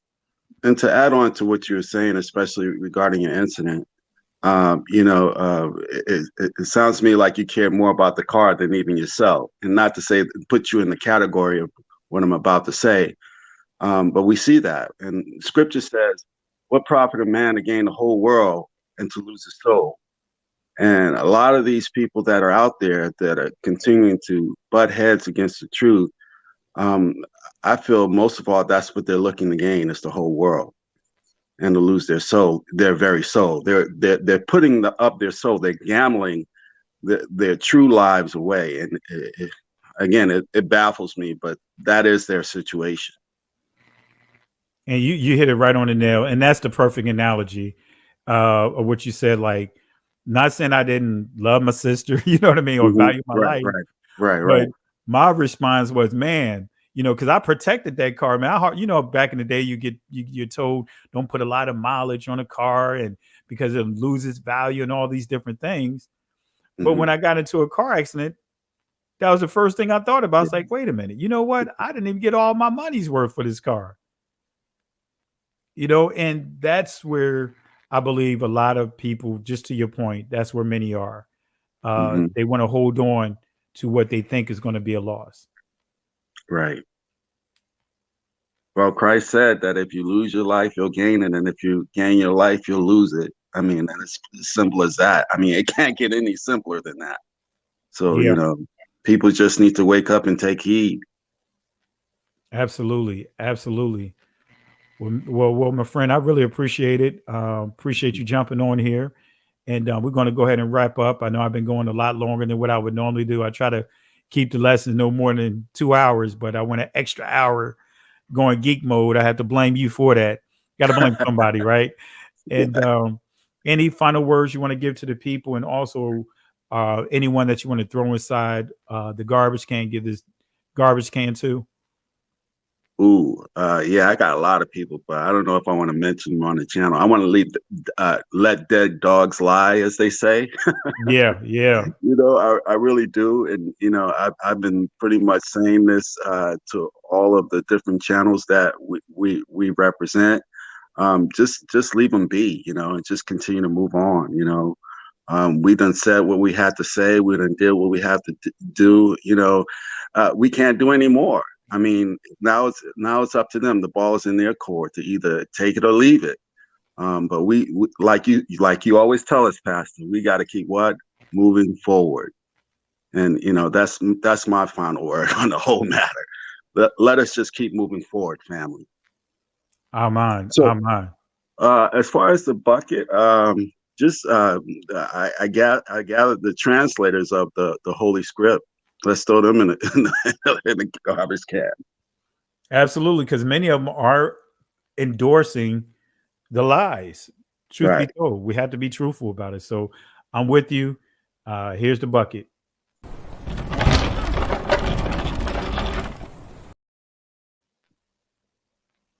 Well, family, really appreciate you guys, and appreciate you, Dr. J, for taking a little time out to jump on. I know I kind of put you on the spot to jump on here, but I really appreciate you. And it's a pleasure. And to all those that are watching, I'm just going to, like Dr. J pointed out, we're going to throw all these people that know that they're deceiving. They know a lot of what they're teaching are lies, but they value that lie more than the truth and being in the good standings of the Most High.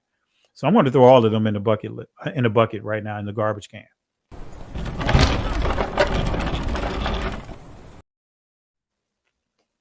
All right. And with that being said, family, in the words of Moses, as he encouraged Israel as they made it out of Egypt, but they was at what seemed to be a dead end, he said to them, under the instructions of the Most High, fear ye not, stand still, see the salvation of Yahweh.